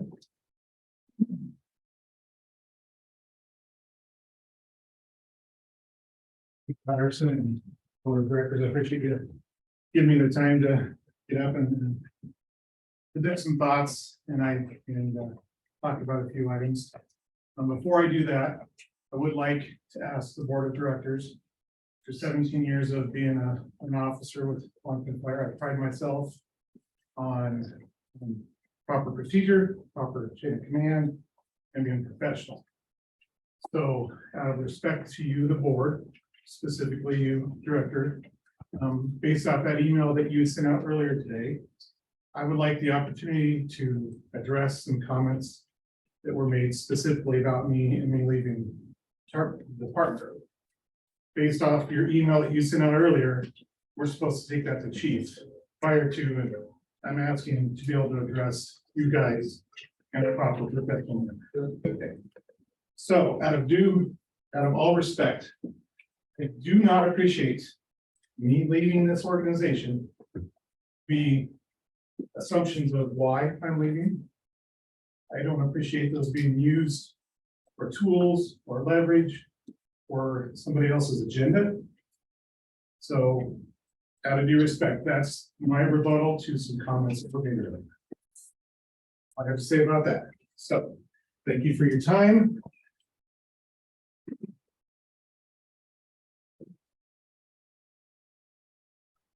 For those of you that know who I am, my name is Deborah Pettit. I'm the current operations captain and deputy fire marshal for Wellington Fire.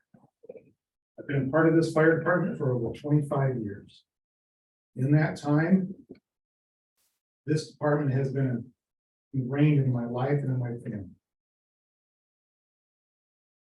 I've held every position from the firefighter up to my current position as deputy fire marshal and operations captain,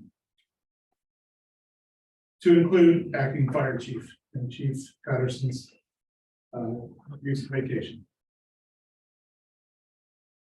This department has seen some challenging times over the years. I've seen the growth, I've seen good times, I've seen bad times. And over the last several years, due to the previous fire chief's poor operational directive and bad financial practice, all of these issues have led this department to be in a financial crisis, which I think we all know. One of the best things to happen to this department was the previous board of directors deciding to hire Chief Patterson as fire chief. If not for Chief Patterson's years of experience and knowledge in the fire service, this department would be in an even worse financial crisis. Chief Patterson is respected among his peers in Colorado and in California for his years of fire service and knowledge. He's a great leader and mentor. The career, that cares deeply for his community, his department, and his firefighters. He has the respect of the firefighters that actually truly commit to the community and their fellow firefighters. Anyone who cannot see that or recognize that truly has no idea what it takes to be a chief and run a fire department. I am saddened to know that there are a few people within Wellington Fire Protection District that are, in my opinion, intentionally undermining Chief Patterson and his ability to do his job. These same people are then accusing him of not doing his job. I must say that I find this disheartening that these same people say that they care about the community and firefighter safety, but really only care about themselves, personal gain, or popularity. Wellington Fire Protection District's Board of Directors and every employee is obligated to provide the entire district and its citizens with the best possible emergency service. Not just one person, not just one organization or one group. They are obligated to conduct themselves in a professional manner, conduct business in a proper legal format, be transparent, and conduct themselves in a moral and ethical manner. I've been very fortunate to have the opportunity to work with Chief Patterson and learn from his leadership and his years of experience and knowledge. I'm also have been blessed, honored, and pleased to work with and lead some of the best firefighters I've ever met. This has not been an easy decision for me, but I have decided to leave Wellington Fire Protection District, my family, and my home. I've been graciously given an opportunity to take my knowledge and experience I've learned here with Wellington Fire Protection District and start a new career and chapter in my life. I wish Chief Patterson and the professional firefighters of Wellington Fire Protection District my best. And in closing, my opinion of a professional firefighter is not one who gets paid, is not a uniform, is not a particular department, and is not a union member that creates a professional firefighter. Professional firefighters are those firefighters that show up with the right attitude every day. They care about their fellow firefighters and the community in which they work in.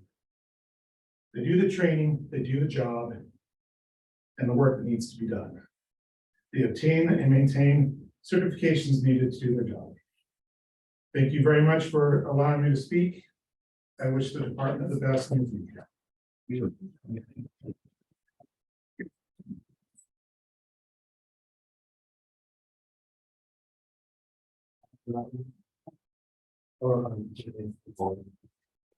Oh, file.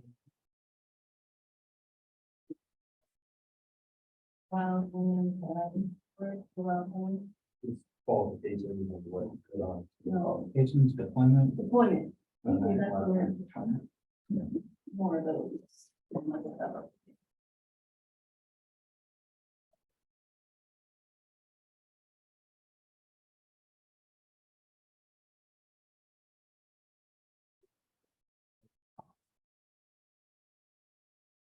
And maybe the raw time would be.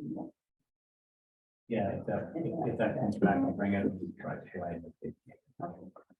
Don't write anything other than the next board meeting. Well, I think so. Are we gonna do it the 19th then? We didn't talk about the effective change of. So, yeah, the version.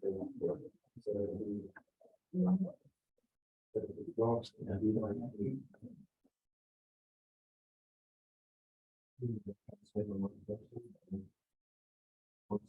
was when I left, it was a board retreat, Thank you. sessions going out Thank about you. multiple dates. That was the 15th or the 22nd. The only person I didn't hear back from is Myers. 15th or 22nd. July. Sorry about that.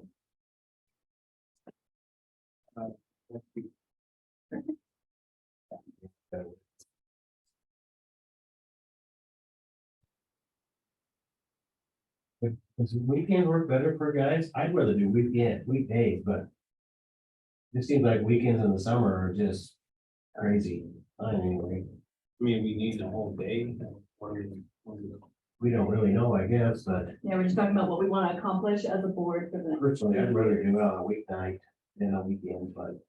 Whatever you guys think. Things suggest the date, please. Um, Suggest the date. our next board meeting is the 19th now. 19th. Oh, that'd be hard, Kathy. Well, that'd be on his birthday. How about 26th then, or? Is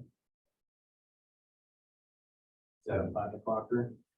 Yeah, no, you can set it whenever. Well, can we do it before the meeting? Yeah, Before we no, talk that's about all fine. these organizational stuff, talk about our vision and where we want to go. The 5th? Oh, are you back? Well, Oh, you weren't back anyway, you're on the second. nope. You planned for the third. Okay then. All right, 26th it is. I mean, that works for me. Yeah. That So works. what time you want to meet then? So you can get order pizza in. Thanks. Can we do not that week? 26th. We just do the 22nd then? Sure.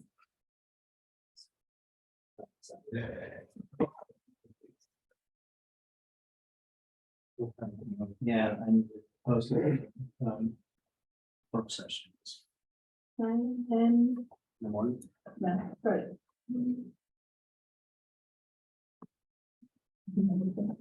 Nine is fine. Here.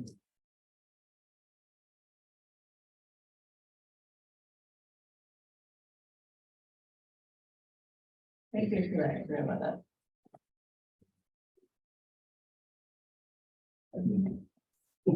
All in favor? Aye. You got a second? Yeah. At 20.